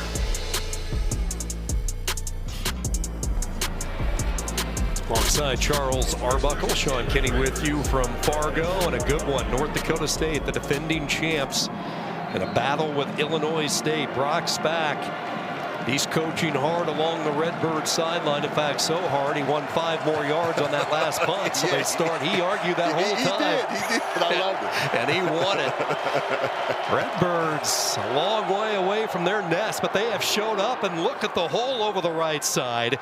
Victor Dawson falling ahead. And Charles, you have to go back a long time to see North Dakota State get pushed around in this building like Illinois State is right now. Getting pushed around, but also Illinois State is calling the plays perfectly where North Dakota State is vulnerable. Whatever they lose edge contain, these guys, the running backs, whoever it is been able to make a play, and they're finding holes and gaps in this defense. This crowd getting antsy, trying to light a fire with the defense as Dawson one more time gets the call, and he's belted at the 48 by Logan Larson. The key thing for them is what? Not turn the ball over. Tommy Rittenhouse has to protect the ball.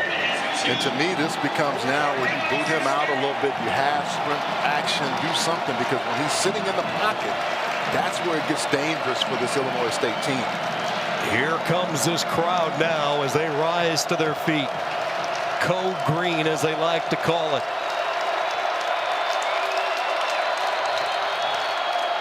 Third down, third straight carry, and a first down run by Dawson onto the Bison side to the 48. One cut, go.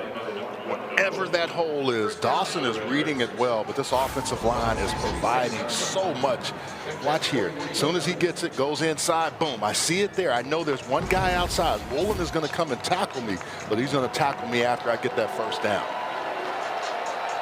Statistical dominance in this football game by Illinois State. 1st and 10 Redbirds at the Bison 48. They go empty. Dawson in motion. 4-man front. Time for Rittenhouse. 50-50 ball, and this one sailed. Good coverage along the far side. They were looking for Sobkowitz, but Alexander with him every step of the way. It's just one of those things, man, where you have to figure out a way not to put the ball in harm's way, and that's so hard against these linebackers. Cobb, who we've seen him show up, 43, 52 Staling, and Donovan Woolen. They have just made it difficult on that interior to throw for Tommy Rittenhouse.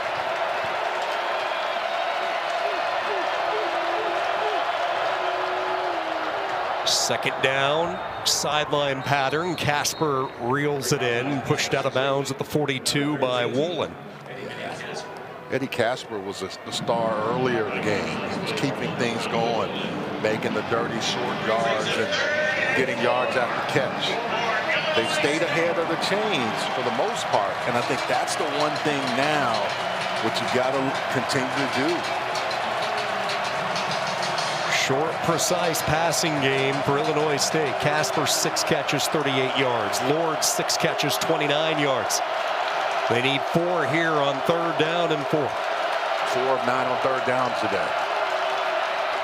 3 receivers right. That's the direction they want to go. Rittenhouse flush, being pursued by Larson. Spots Dawson, who toe drags along the near side, but he'll be just shy of the first down. And Dawson has 20, now 21 catches on the season. Good receiver out of the backfield. Does a nice job of getting his foot down, staying there. They're going to go for this. The way they've run the football, I don't blame them. This part of the field, too far to kick and too far to punt. And the way your offensive line has come off the ball, there's an opportunity for you to kind of turn this momentum of the game. About a little physical football in the Missouri Valley Football Conference right here. 4th down and 1. They fake the jet sweep. They move the pocket. Rittenhouse underneath, caught by Charles, and a first down. Illinois State converts for the 2nd time on 4th down. I normally don't like to see the quarterback throw back inside, but I like it there because it's a big tight end body. Watch Rittenhouse, see 85. He's sitting there. He just turns around, makes himself available, and that sidearm throw. Now, you're going to have a couple of guys that get hurt on that play, but Javon Charles with a nice catch. There's an injured Bison player down. Timeout on the field. So an injury timeout. Illinois State converts on 4th down.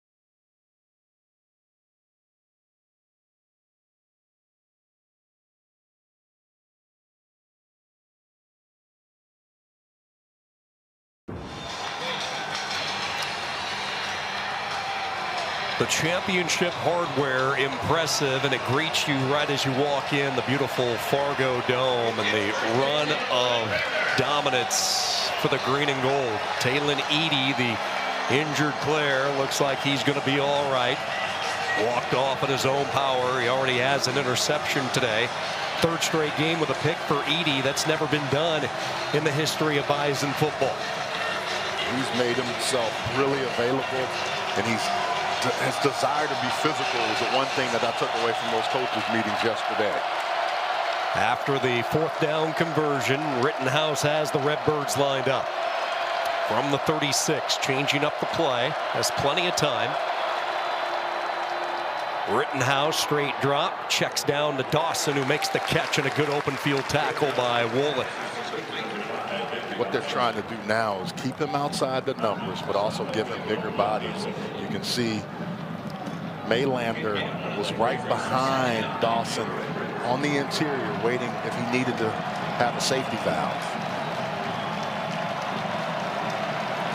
Maylander and Casper to the top. Sobkowitz to the bottom. They'll bring a safety over the top to help out with the dangerous number 2 in white. Second down and 9. On the inside slant, they just took what they gave them. Little cushion given off the edge by Shadimi Alfaro, and it's a nice gain on second down. One of the few times he's had that space, right? He's had guys all up on him in his grill. And for the first time, the ability to find him open and with some space on the field side away from the boundary. Tony Peterson has called a really good game. Peterson, the offensive coordinator, his 4th year. Lots of years calling plays for FBS programs throughout his career. Third down and 2, and they will go to Dawson, and he is hit shy of the first down. Coming off the edge that time, it was the leader, Mr. Kopp. Logan Kopp, better athlete than given credit. He showed you there. He comes hard off the edge. Look at 43. He is just going to make himself available. Nobody there. He gets there hard and fast and stops that right in his track, forcing a 4th and 2. They'd be looking at about a 45-yard field goal for Maldonado, but as you talked about, you come to Fargo, you need touchdowns. 4th down and 2. Rittenhouse will keep it for the first time, and he will scoop for the first down and then some. Dives his way inside the red zone to the 19. It's a pickup of 8. That was an excellent play call at the right time. Rittenhouse hasn't been a runner much today, but at that particular time, look at how the defense sees what Dawson has done. Boom, nobody there. They lose contain just a little. Kopp can't get out there, and he picks up the first down. Wow. Rittenhouse sat as a backup his first couple of years, sat behind a really good quarterback in Zach Annexstad. An unusual path, but a young man who had no urge to play right away, said he wanted to learn the ropes. First down, he will throw on the run, making the catch inside the 10, and pushed out of bounds goes Maylander. Actually going to say he stepped out around the 12. And they're adding, Sean, some pivot and whip routes where you work inside and you work outside, making sure he has clean windows to throw the football. And had the ball tipped this half, and that's where they really hurt him in the first half. And you just keep looking at the clock, and it is milking away. We're at 3 minutes to go, third quarter. Every time I look up, I'm saying, where'd the clock go? Third play of this drive, second down and 3. Dawson picking and choosing as he is snowed under at the 10 by Wilson, setting up a very manageable 3rd and 1. But you and I both said it at the halftime break. This game plays into the favor of Illinois State if they protect the football, because it's constricting the time. It's making the North Dakota State explosive offense stay on the sideline. And then this Illinois State team, if they can stay out of harm's way on offense, they can score here. This changes the game.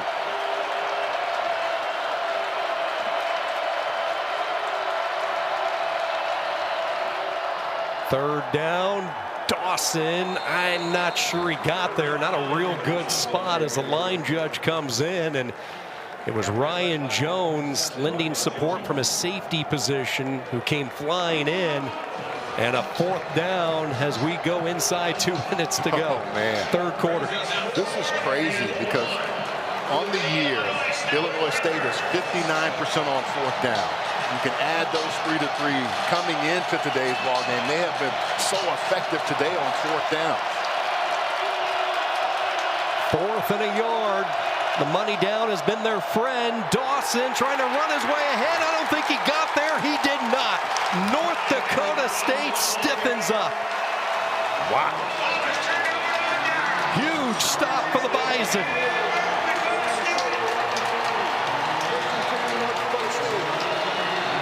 Who do you need to make a play with the game on the line? Your captain, your leader, Logan Kopp. Yeah, you got to find a way, but also, too, I think on the interior, Dudenheffer, look at him, 64, just bench pressing guys on the interior, which allows Logan Kopp to come over the top.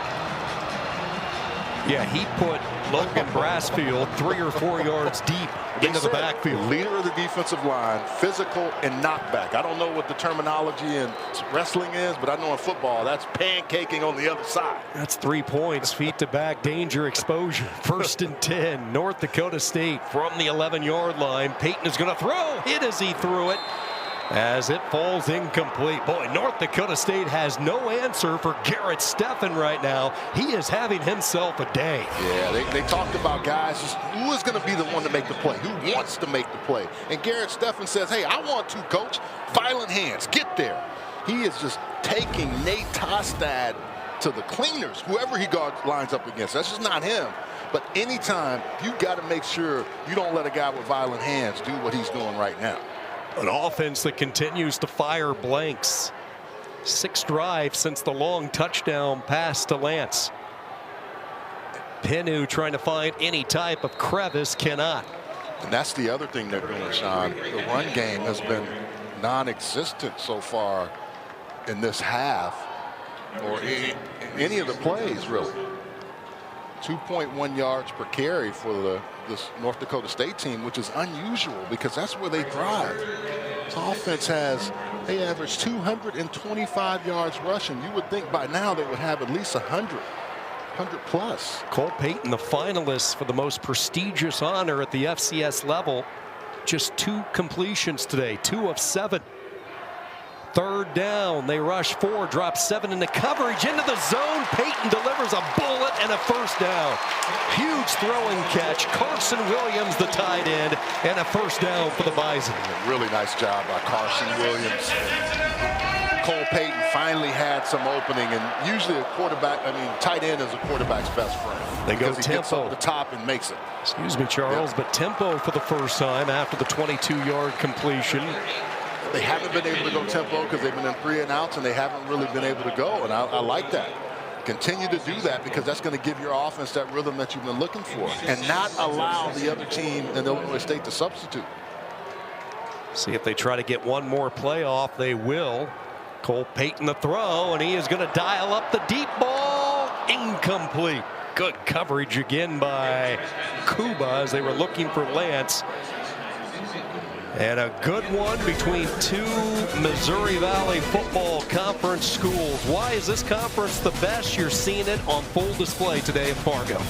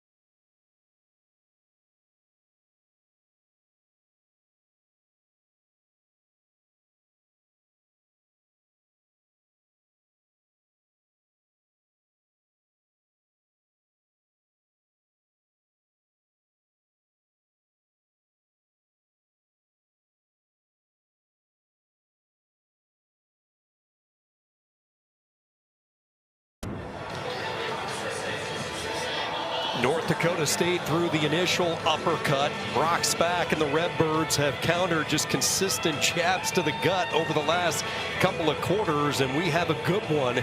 A one-touchdown game as we march to the fourth quarter. And for Tim Polasek and the Bison, this has been their quarter throughout the course of the regular season, and Brock's back talked about it. You have to survive and win the fourth quarter if you're going to upset the Bison. Yeah, you have to have something left in the gas tank to finish, because you know the Bison, when they get moving, it's awful hard to stop them.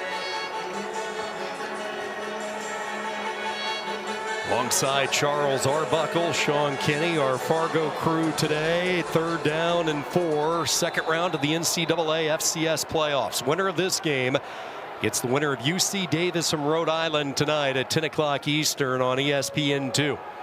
They will keep it on the quarterback run, and a big hit flying down the line of scrimmage was Kaplan. LaShavion Brown also in on the stop, and that sets up a 4th down.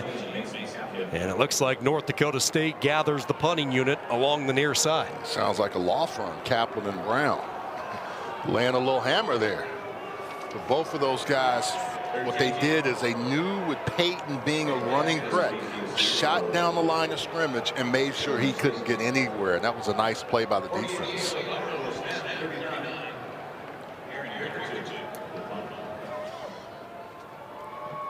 Aaron Bickerton on to punt, gets it away. High kick, Casper with the fair catch.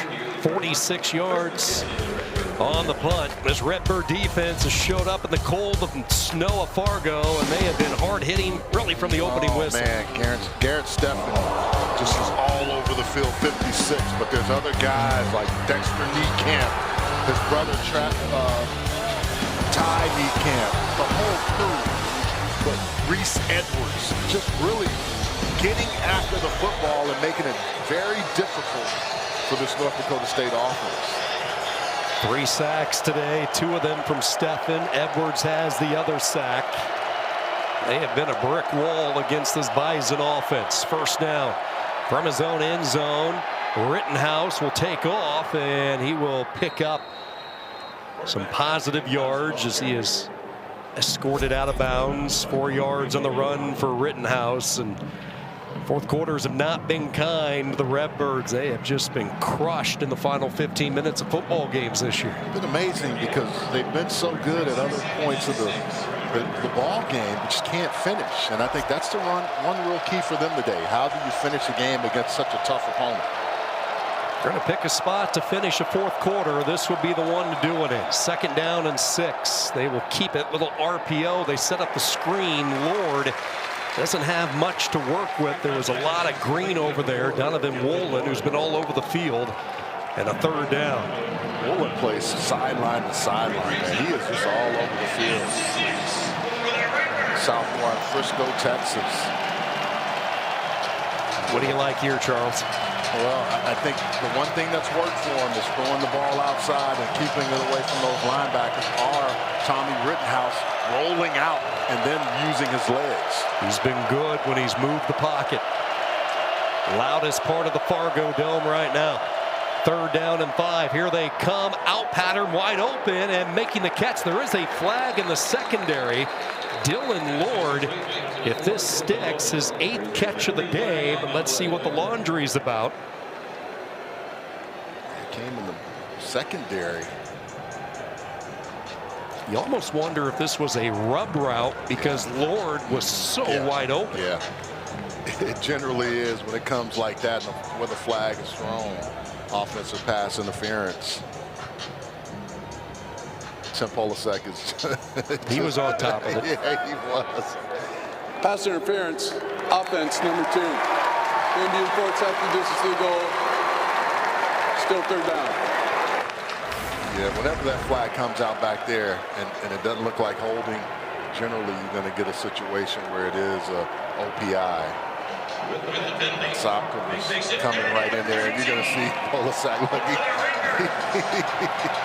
he was on it. He saw it right away. He's an offensive guy. He says, I leave the defense to Grant Olson, but he became a defensive guy right there. Well, you use your best receiver as a decoy, but when you run into the defender, they're going to usually call that. Tough hill to climb now for Rittenhouse. Third down. He will uncork it, and it's pick number 5 for North Dakota State. Down the sideline, pushed out of bounds. Anthony Shadimi Alfaro, the 5th takeaway for the Bison. They almost baited him into throwing that ball. Moving on the field for interception. Underneath guy. 1st and 10, North Dakota State. And there's no way that ball's going to get there. 24 is going to just stay right there and kind of stay below, and then at the last second come off and drift over there. There's someone coming to the flat, but he's smart enough to know on a long throw, I know he's got to throw there, and I can just come back down on Glatz, but he does an excellent job of defense and gets the interception. 3rd career interception. He's one of 2 Ivy transfers on the defensive side of the football for North Dakota State, both he and Jack Giuliano. And now the Bison offense on the doorstep as they will hand it off, and this is Penu, and he is in. Touchdown, North Dakota State.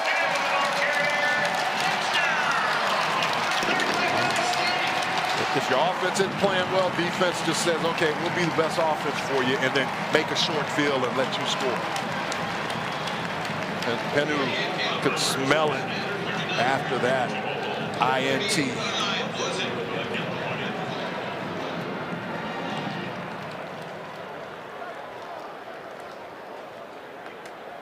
Talk about a team that knows how to finish. This North Dakota State team, boy, they will score and they will finish a game. Penu has been a touchdown machine this year. That is his 20th rushing touchdown. They have converted so many times in the red zone because of the local product from West Fargo. This defense setting the tone. Shadimi Alfaro, the 5th takeaway today for North Dakota State. And then Penu knew what to do.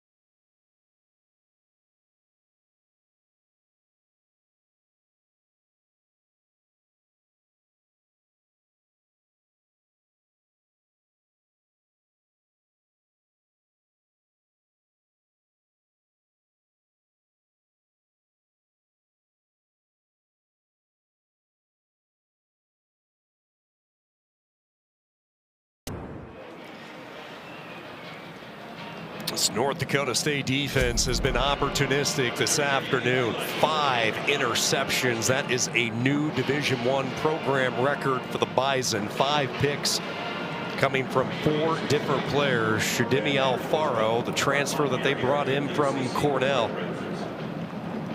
He's been so good this year supporting the run. He had a huge interception late in the game against North Dakota in that battle with the Fighting Hawks, and now he comes away with a key takeaway late in this football game. All season, Rittenhouse had 5 interceptions. He's got 5 today, which now gives him 19 on the season, North Dakota State. This one will sail through the end zone for the touchback. And you look at Tommy Rittenhouse, he's played really well at times, but at other times just the wrong decision. Well, the wrong decision, but also this defensive line has tipped the ball really well and gotten in those first 3 interceptions. But this one, almost every time it's been a tip ball or it's been something.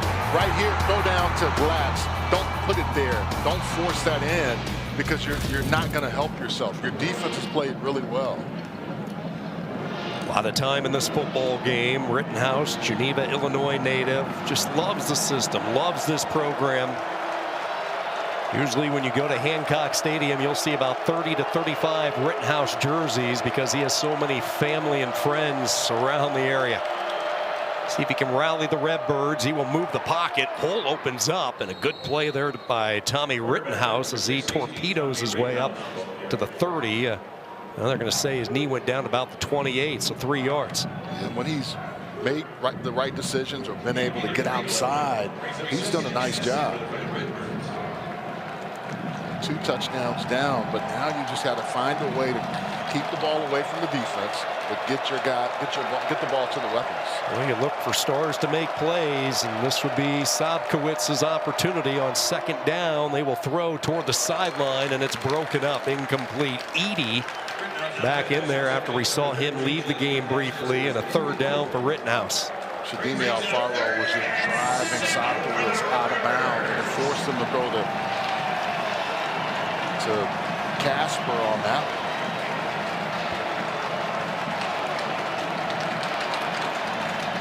Fresh bodies along the front line for North Dakota State. Dutton Heifer is checked in. Wilson in there. Anene, who's been so good on the rush late in the year. And now they bring a corner blitz off the edge. It's picked up. They will throw toward the sticks and stretching the hand out, unable to reel it in. Incomplete. They were looking for Sobkowitz, but it was Shadimi Alfaro one more time. A flag in the backfield as well, where Rittenhouse let her fly. Holding, offense number 78. That penalty be declined, 4th down. Yeah. You could tell when they came with the pressure, it really made it difficult for Rittenhouse. Tried to work outside. And this North Dakota State team dialed up the pressure and made it uncomfortable for them. Speaking of uncomfortable, opposing teams are always uncomfortable kicking to Jackson Williams. He's already torched the Redbirds for a punt return touchdown today. See if Futch keeps it away from him. Angle kick toward the far side. Williams runs into his own guy, and a flag is thrown. Good job there by Illinois State with the special teams coverage. The punt of 47 yards by Futch, and let's see what the penalty is. Injured Redbird down as well, and that is their defender and Dorian DuBose.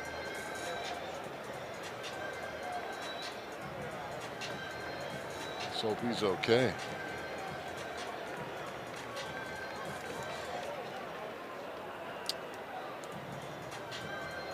.47 tackles on the year. I think he's all right.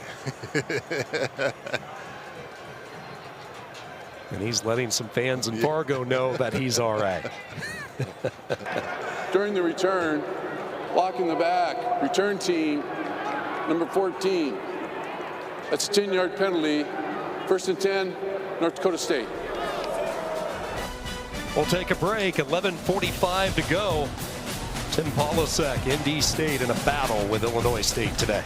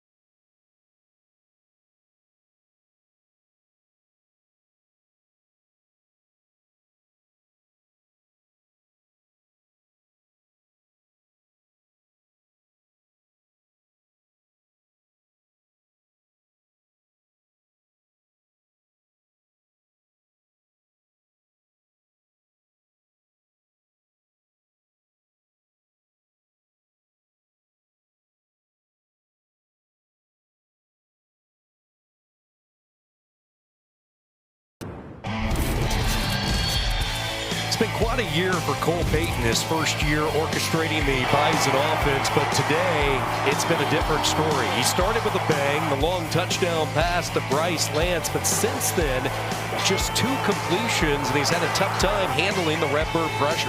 Yeah, the Redbirds have really done a nice job of making him uncomfortable, not letting him get any situation where he can set his feet and throw or even run the ball. And that's the one thing. He does a nice job with his legs, but he's been non-existent there. The other thing is they didn't play much in their last game against St. Thomas. And so I'm wondering if that layoff is really hurting this offense. Running to the boundary side is Pinu. Go back to Cole Payton. What a year it's been. Second in the voting for Offensive Player of the Year in the Valley. We talked about one of 3 finalists for the prestigious Payton Award, which is the Heisman equivalent at the FCS level. And this season alone, he has put up some eye-popping numbers. He has 3 of the top 6 single-game individual performances in North Dakota State history. He accounted for 401 yards against SEMO, 380 against South Dakota State. He had a 375-yard effort against the Coyotes of South Dakota. Just a testament to how well Illinois State and this defense has played. Nowhere to go for Pinu. Yeah, and this is the one thing for them. If North Dakota State is going to really have to work if they win this ball game for their offense to be better than what it's been today. Illinois State has played well, and I'm not taking anything away from them. They have done a nice job on short fields, long fields. The only time they didn't look good was that very first play of the game. 3rd down and 9. They need to get it to the 26. 2 receivers, twin set both sides. They keep Pinu in the backfield. They bring a linebacker on 3rd down. They brought Kaplan, and miscommunication as this throw sails incomplete. Nobody within 10 yards of it. And Illinois State, still with tons of time in this football game, should get the ball back in great position. Illinois State has had all kind of opportunities, and they talked about getting off the field if you were Travis Niekamp, the defensive coordinator for Illinois State. There's no foul for intentional grounding as the passer was out of the pocket. Ball made it past the line of scrimmage. 4th down.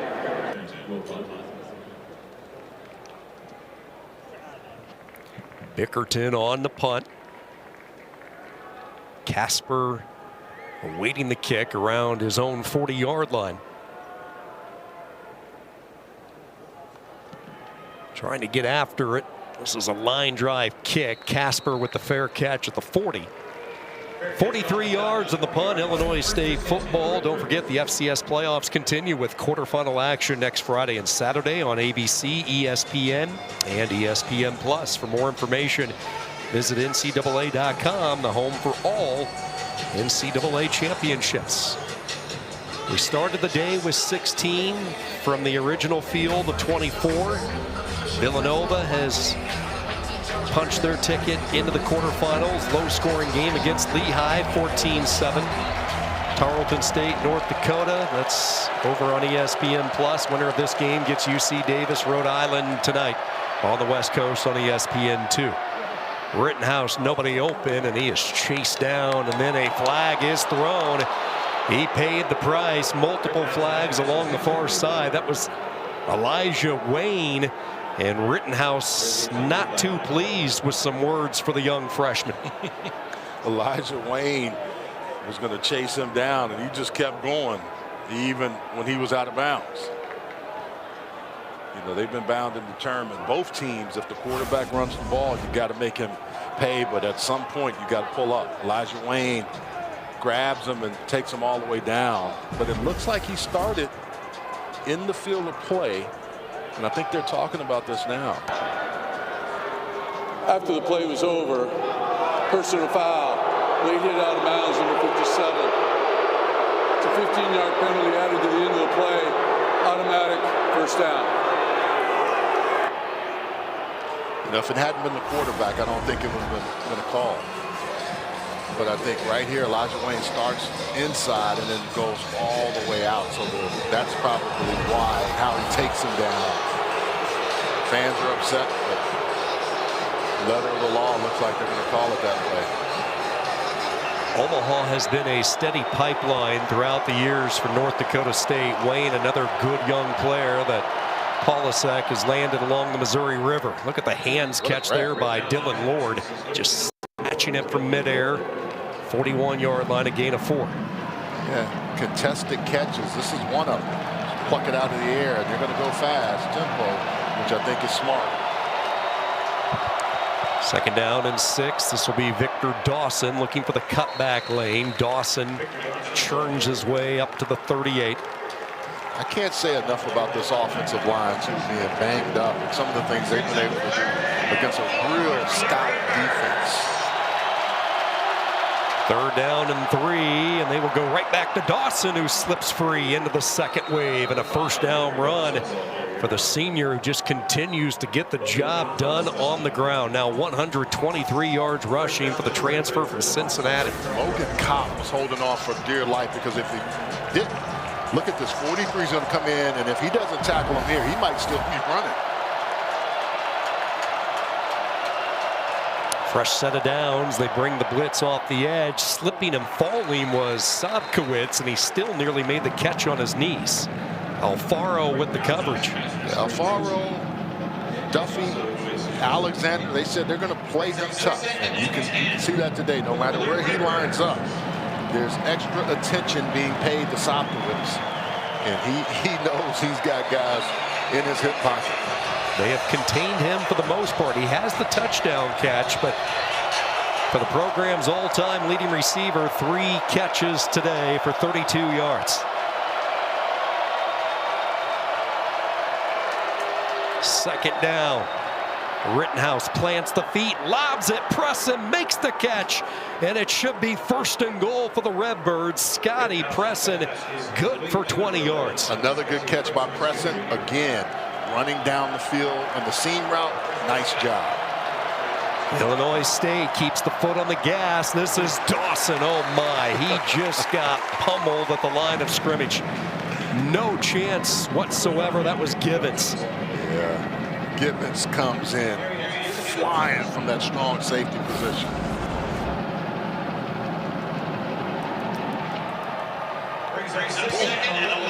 You know, another area out of Minnesota, the junior, just bringing the heat. They cannot pick up a 1st down. 2nd and goal after the TFL by Givens. 3 receivers bunched up near side. That's the direction they go. It's right back to Scotty Presson, but Kopp lassoed in and bunkered down on his leg, and a 3rd down for Rittenhouse. Yeah, 2-down territory, of course, right here. You've got to score a touchdown. Field goals does nothing for you. But you also have to protect the football. The one thing they haven't been able to do consistently in this game today. They've had a bunch of 3rd downs, right at 33%, 5 of 15 today. Sobkowitz to the top of the field. The inside slot, Dylan Lord. 3rd down, and this play blown dead. False start.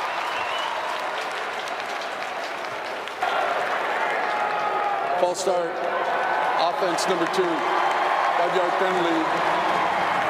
Still 3rd down. Sobkowitz trying to get a head start. Usually you see it go against the offensive lineman, not the receiver. It's a little too quick. It's that move right there.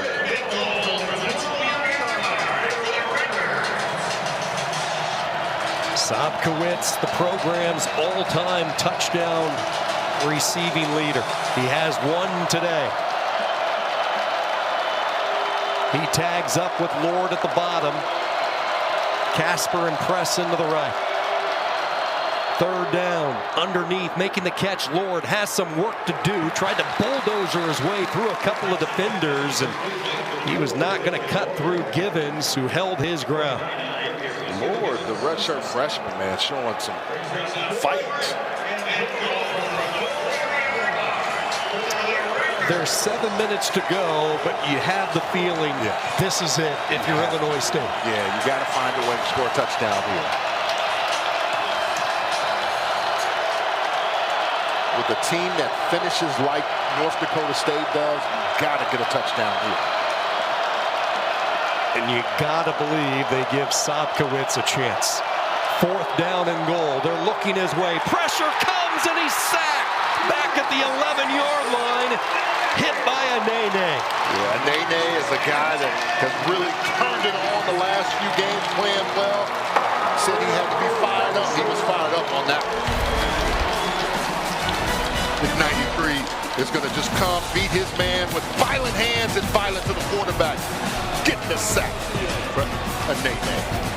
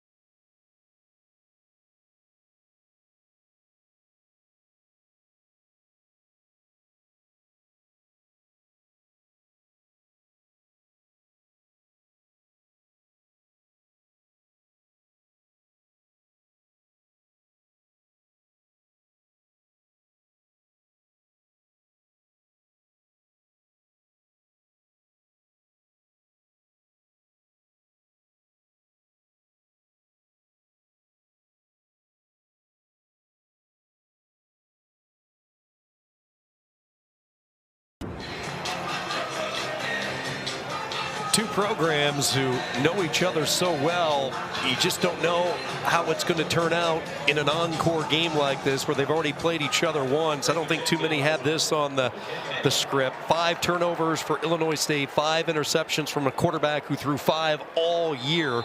North Dakota State, the 3rd-ranked offense in FCS football, held to just 5 first downs. Bizarre stuff here from Fargo today.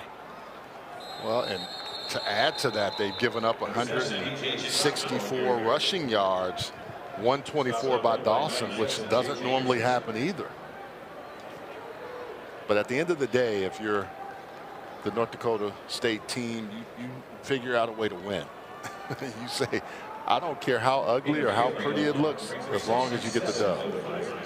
A Bison program that has the longest active win streak. It's 16 games. That's the 3rd longest in North Dakota State history. They had an amazing stretch from 17 to 21 when they won 39 games. Bootleg. Peyton will throw on the run, and it is broken up.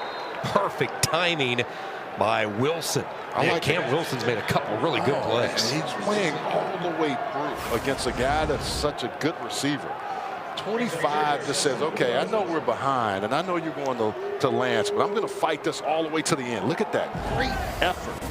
That's what you got to have if you're going to beat this team. The defense has played really well, but you can't have 5 turnovers, and you cannot not score in the red zone. You mentioned the red zone woes for Illinois State, 1 of 3 today. 3rd down and 7, 5.5 to go, and they will swing it out toward the flat, making the catch, but Illinois State was not fooled. That was Reese Edwards. He was there every step of the way. Yeah, he was right on top of it. I mean, he had no chance. Owen Johnson, the receiver, but Reese Edwards. Again, that linebacking crew on both sides. Both teams feel like they've got a really strong linebacking core, and they've showed up today. You see Edwards, you see Mason Kaplan. We talked about Niekamp, the leader of the linebacking core. Mason Kaplan, deja vu when you look at his career. His very first college experience was in this building, but it was with a different program and at a different position. He was a quarterback for Valparaiso. Casper on the return, shakes free, gets to the corner, and he will high step it out of bounds. So 53 yards on the punt, but 23 yards on the return from Casper, and Illinois State keeps that glimmer lit. That candle stays lit for the Redbirds on the road today. Well, the inefficiencies of the North Dakota State offense has allowed this game to stay in balance for Illinois State. Great return there by Casper. They have had the football, it seems like, the entire football game, but you look at their production: 12 drives, 2 touchdowns, 5 have ended with interceptions, and then 2 on failed 4th downs. More than 2-to-1 edge in number of plays ran as they get to Rittenhouse again, as he was able to throw a wobbler, but a Nene starting to flex his muscle. He is beating Brassfield right off the bat and just allowing him to get there. That's now 78 plays for Illinois State versus 35 total plays for North Dakota State. Nene really came on late last year for North Dakota State, had a good performance in the championship win against Montana State. 2nd down and 10. Rittenhouse dodges him again, now dumps it off over the middle. Dawson the catch. Makes a move to the outside, lowers the leverage, and drives his way to the 25. Good work, yards after catch by Victor Dawson. Good heads-up play by Rittenhouse. He knew where the pressure was coming, and it had come from the last 3 dropbacks. He gets underneath and finds Dawson, and Dawson does a nice job of yards after catch. Dawson's been a pretty effective safety valve today. His 4th catch, 1st down and 10. Inside slant, Sobkowitz the catch. Close to a 1st down, he picks up 9. Say tempo is what works for you. Get a score and then try to get the onside kick. Inside 4 minutes, Illinois State, all 3 of their timeouts. They wanted the double move and then darting it at the last second, and a diving catch is made. Boy, great grab there by Maylander. Well, now they're going to say incomplete. I thought he dug it out like a shortstop.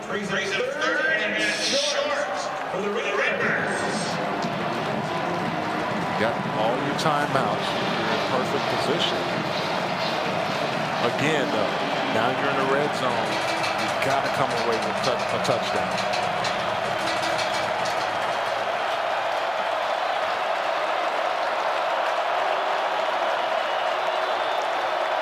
Keep an eye on number 1. They love to bring him off the edge. They do here. That opens up the middle and a 1st down. Again, Rittenhouse paid the price behind the play. He was destroyed by Dutenheffer, but this kid is tough, and he will hang in there. Wherever you see the blitz coming, roll to that point because it's vacated. Nice job by Rittenhouse. Nice job by Sobkowitz. 8 yards on the completion, 1st down and goal. We've been down this road before, making the catch, but tackled immediately. Glatz with the catch. Logan Kopp, his 11th tackle today. And this linebacker crew has just played outstanding football. Kopp is all over the field.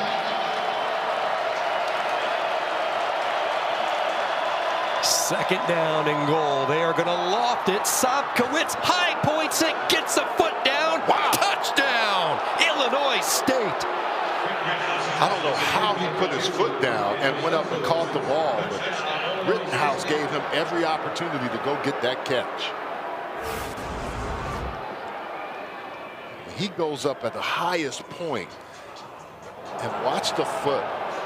He comes down with the foot inbounds and holds on to it all the way through. Great job by Sobkowitz. You can see why he's such a valuable player to this offense. Great job. Catch it, foot down, secure it all the way through. Touchdown. And that's why he has been the best throughout the years of Illinois State football. The career leader, touchdown receptions, adds a couple of more. And now the point after is up. It is through, and we have a 1-possession game. So we go back to Sobkowitz, and to be honest, this was the play call I was expecting the last trip into the red zone. Exactly. Pressure got to him, but this time he's one-on-one, and he just goes up and does a nice job of securing the catch, getting the foot down. And Jacquees Alexander in coverage, but had no chance. And now the decision, the onside kick, try to get the ball, and then you kick it to them, where this North Dakota State offense hasn't played particularly well, and you still have three timeouts. What a gutsy performance today by Tommy Rittenhouse. I mean, you throw 5 interceptions, but you read his body language. Yeah. He is such a fierce competitor. He just lays it on the line every single play. And this is where you know you have a team that really cares for each other. I haven't seen once where the defense has said, hey, we're upset with you. They have just continued like, let's keep going. We have to just continue to fight through this. They're going to kick this ball off because their defense has played so well, and try to maintain what they've done to not allow North Dakota State to get a first down and get the ball back again. This is going to be an interesting opportunity for NDSU to try to finish the game, which they're accustomed to.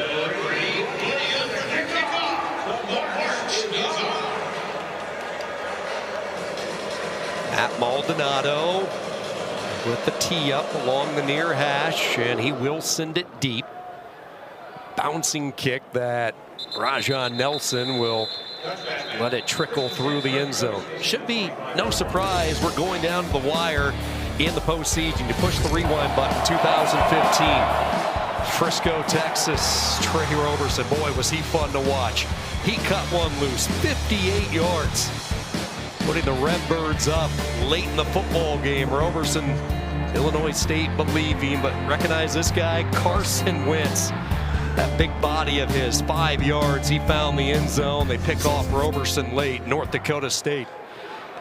Chris Kleiman winning the national championship and a little more relaxed as a spectator today. Hey, like all former coaches say, hey, it's easier to be on the sideline when it's not on you, or in the booth, or just watching ball. But I know he wants his team to win. I can assure you that. Illinois State will use the first of their 3 timeouts. Penu picks up a yard. Sean, I can remember watching that game that weekend. I didn't have anything, or I had something later, but that was an awesome game to watch between these two ball clubs. Hey, look at those two quarterbacks. Yeah. Trey Roberson, so dynamic with the football. Quite a career for Chris Kleiman. 5-time Valley Football Conference champion, guided the Bison to 4 championships in 5 years. Well, and Craig Bowles before him, and Reggie Moore, my roommate in college, was up here for about 4 years recruiting for these guys. He's now at Grambling State, but he always talks about the Bison and these coaches, and Kleiman was on that staff. Holosack was a young guy at that time. I mean, they have just been able to develop coaches and players as well. Yeah, that is one heck of a coaching tree. Oh, my goodness. From the championship year. 2nd down, cutback lane opens up for Penu. See if Illinois State uses another timeout. Brown the tackle, and they are going to hold off on calling the timeout. They have the 2-minute timeout coming up. You basically get 4 timeouts in this quasi with the 2-minute timeout as well.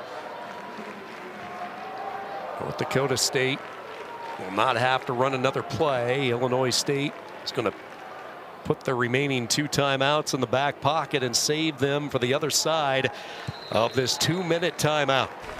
You got to make a stop if you're Illinois State. A 1-possession game late.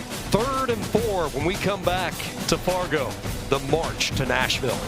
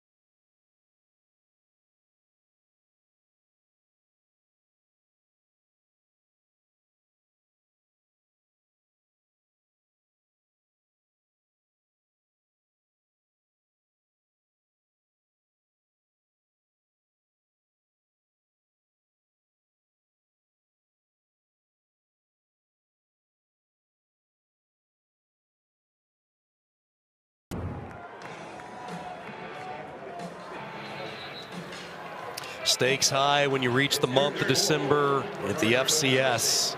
And those stakes certainly high here. 3rd down and 4, huge play in this football game. Obviously, these two coaches, what do they dial up with a dual threat quarterback in Cole Payton? I'd say use him, scramble him out of the pocket, make him the runner if they need to. 3rd down and 4. Illinois State will bring Brown up to the line of scrimmage. They're going to keep Arnold or Payton in the pocket. Lost the football. He lost it late. It looked like Illinois State jumped on it. No word yet as they unsort the pile. I am shocked that they went straight drop back on that play. Redbird football. Jake Anderson emerges away with the leather. Wow. This defensive line has been all over this offensive line today, and they did it again there. I mean, coming off the ball, getting to the quarterback. Jake Anderson with the long arm reaches over and then recovers. Trifecta.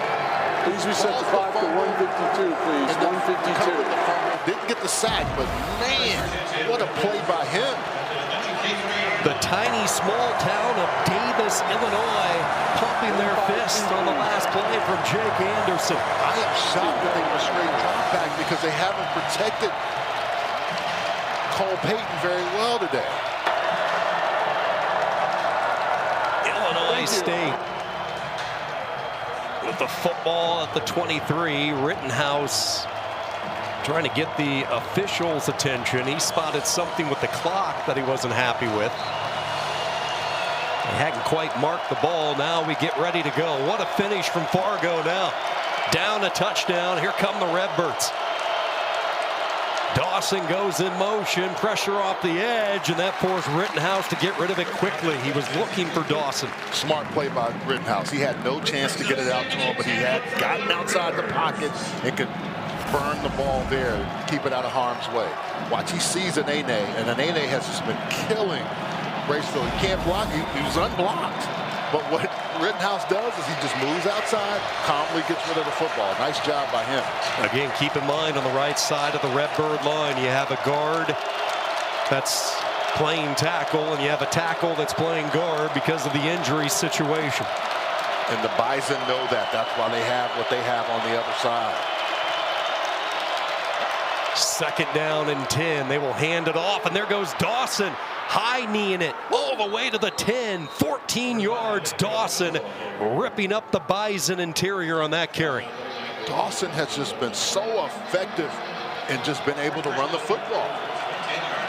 Redbirds get lined up quickly. They're going to look for Sobkowitz. This time too much air. They were looking for Alexander, and I don't quite understand why they're rushing here. Take your time. If you need to call a timeout, use it. You have 2 of them. That's why you saved it. Don't put yourself in a bad position or make a bad decision on a play that you rushed to make. Yeah, with the timeout situation, obviously the clock not a factor here. Red zone has been a nemesis for them today. They have to figure out a way to get into the end zone. 2 of 5 on their trips to the red zone.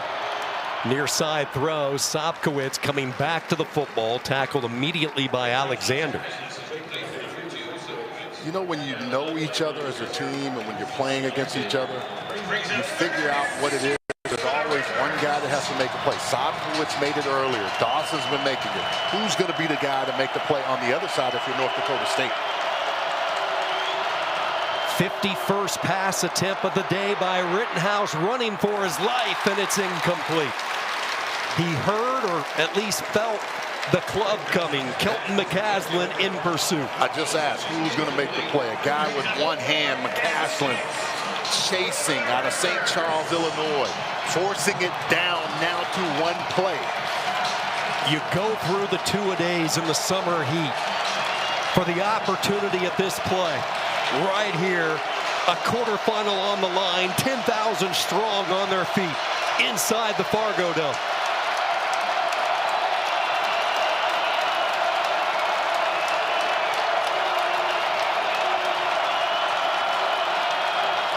Rittenhouse looking, can take off if he wants to, trying to buy time, lofts, touchdown! Sobkowitz in the back corner. And Illinois State a point away from tying it, or do they roll the die for 2? It almost looks like they call, let's go for 2.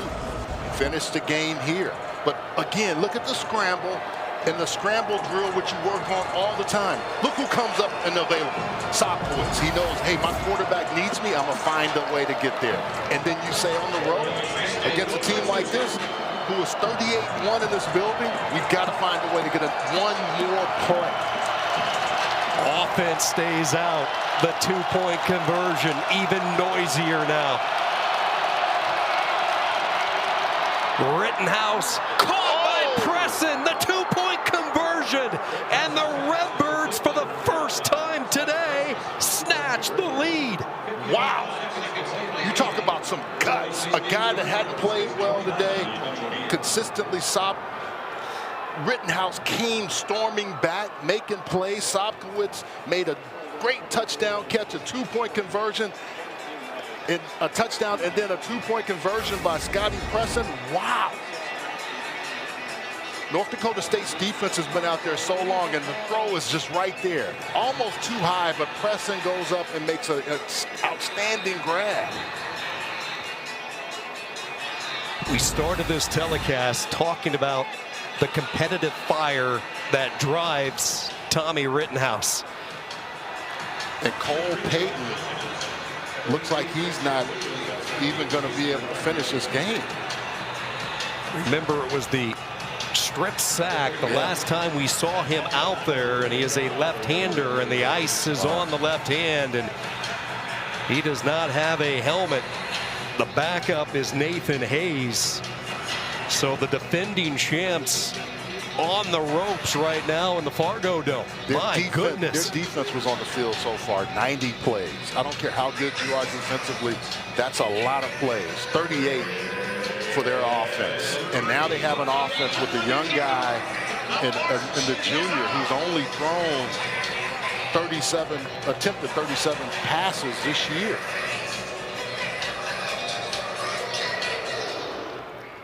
Against a defense that's just been coming. Nelson will give it a shot from his goal line, and he is hit right as he crossed the 20. So with 54 seconds to go, North Dakota State, all 3 timeouts. Keep in mind they have one of the top kickers in the country in Eli Ozick, who is connected from 54 yards this year. And you have to go all the way back to 2023, the last time the Bison have suffered a defeat inside their fortress they call the Fargo Dome. Yeah, and in the playoffs even further back. But they don't lose here. They just don't lose here. Big moment for Nathan Hayes out of the bullpen, the junior from West Chicago, Illinois. On first down, sideline throw, slipping and falling was Lance, and he could not control it, broken up by Kuba. A left-hander, now you got a right-hander, which is a different ball the way it spins at you. And I think right here too, his hand. That was Stephan who was fighting for the loose football, and that helmet went right on top of Peyton's left hand, his throwing hand. NDSU has all 3 of their timeouts. Second down and 10 from the 22. Nathan Hayes looks, he uncorks far side, and a diving catch is made. But they're going to mark him shy of the first down, so the clock will continue, and that will force the Bison to use a timeout. Jackson Williams, who had punt return earlier, nice catch there. North Dakota State, their second. 30-second timeout. Gets the ball out, not much pressure. And I would imagine that Illinois State is not going to bring the house like they were earlier. Correction, their first timeout. But as North Dakota State keeps marching up the field, we will see them dial it up on a young quarterback who hasn't had a lot of experience, but last year was 12 of 19, had 3 touchdowns in 8 games played. This year, 62% on the year, 382 yards, 4 touchdowns, 1 interception. He is a throw first type of quarterback. When you talk to Tim Polasek, who's been impressed with his growth throughout the course of the year, and keep in mind the last few seasons While Cole Payton sat behind Cam Miller, it was Nathan Hayes sitting behind Cole Payton. Extensive baseball background. Would always throw the baseball around. Very good pitcher in high school, and he has a strong arm. Does he have a little late magic? 3rd down and 1 after the timeout. Going through his progressions, and it is broken up. Cam Wilson one more time. Yeah, how many pass defenses have we called for Cam Wilson today? I mean, he has been great in that area today. You could hear a pin drop. Utter shock right now among the 10,000 strong. This is the 3rd breakup today for Cam Wilson, and this crowd has to be wondering, how do we finish this ball game? 4th down and a yard. They come with the blitz. Hayes is going to hang in there, and he throws a strike up to the 40-yard line to Nelson. 9 yards for Nathan Hayes, and he knew he was going to pay the price. They get lined up. Clock stops to move the chains. Deep drop. Looks. Home run ball trying to hit the seam. Nearly intercepted. Kuba had his hands on it. Kuba had the interception right in his hands and couldn't pull it in. Watch number 1. He looks like he's the receiver there. Goes up and just can't catch it. And that would have been his 6th interception on the year. Keep in mind, you would think the 35 to 36 yard line, the line to gain for Eli Ozick, the kicker, has an exceptionally strong leg. He's made 10 straight field goals this year. Hit as he threw it. This one falls incomplete. The first few plays he's been in, this defense hadn't been able to get to him, but they finally find a way to attack him, and he's not able to throw it. And the pocket wasn't clean. And to your point, they've got to get the ball down in the field goal range. Patrick Bauer putting on the pressure that time. Young man who was awarded a scholarship just 3 weeks ago. And we have a timeout. I believe the Redbirds want to talk it over. Timeout, Illinois State. Their second. 30-second timeout.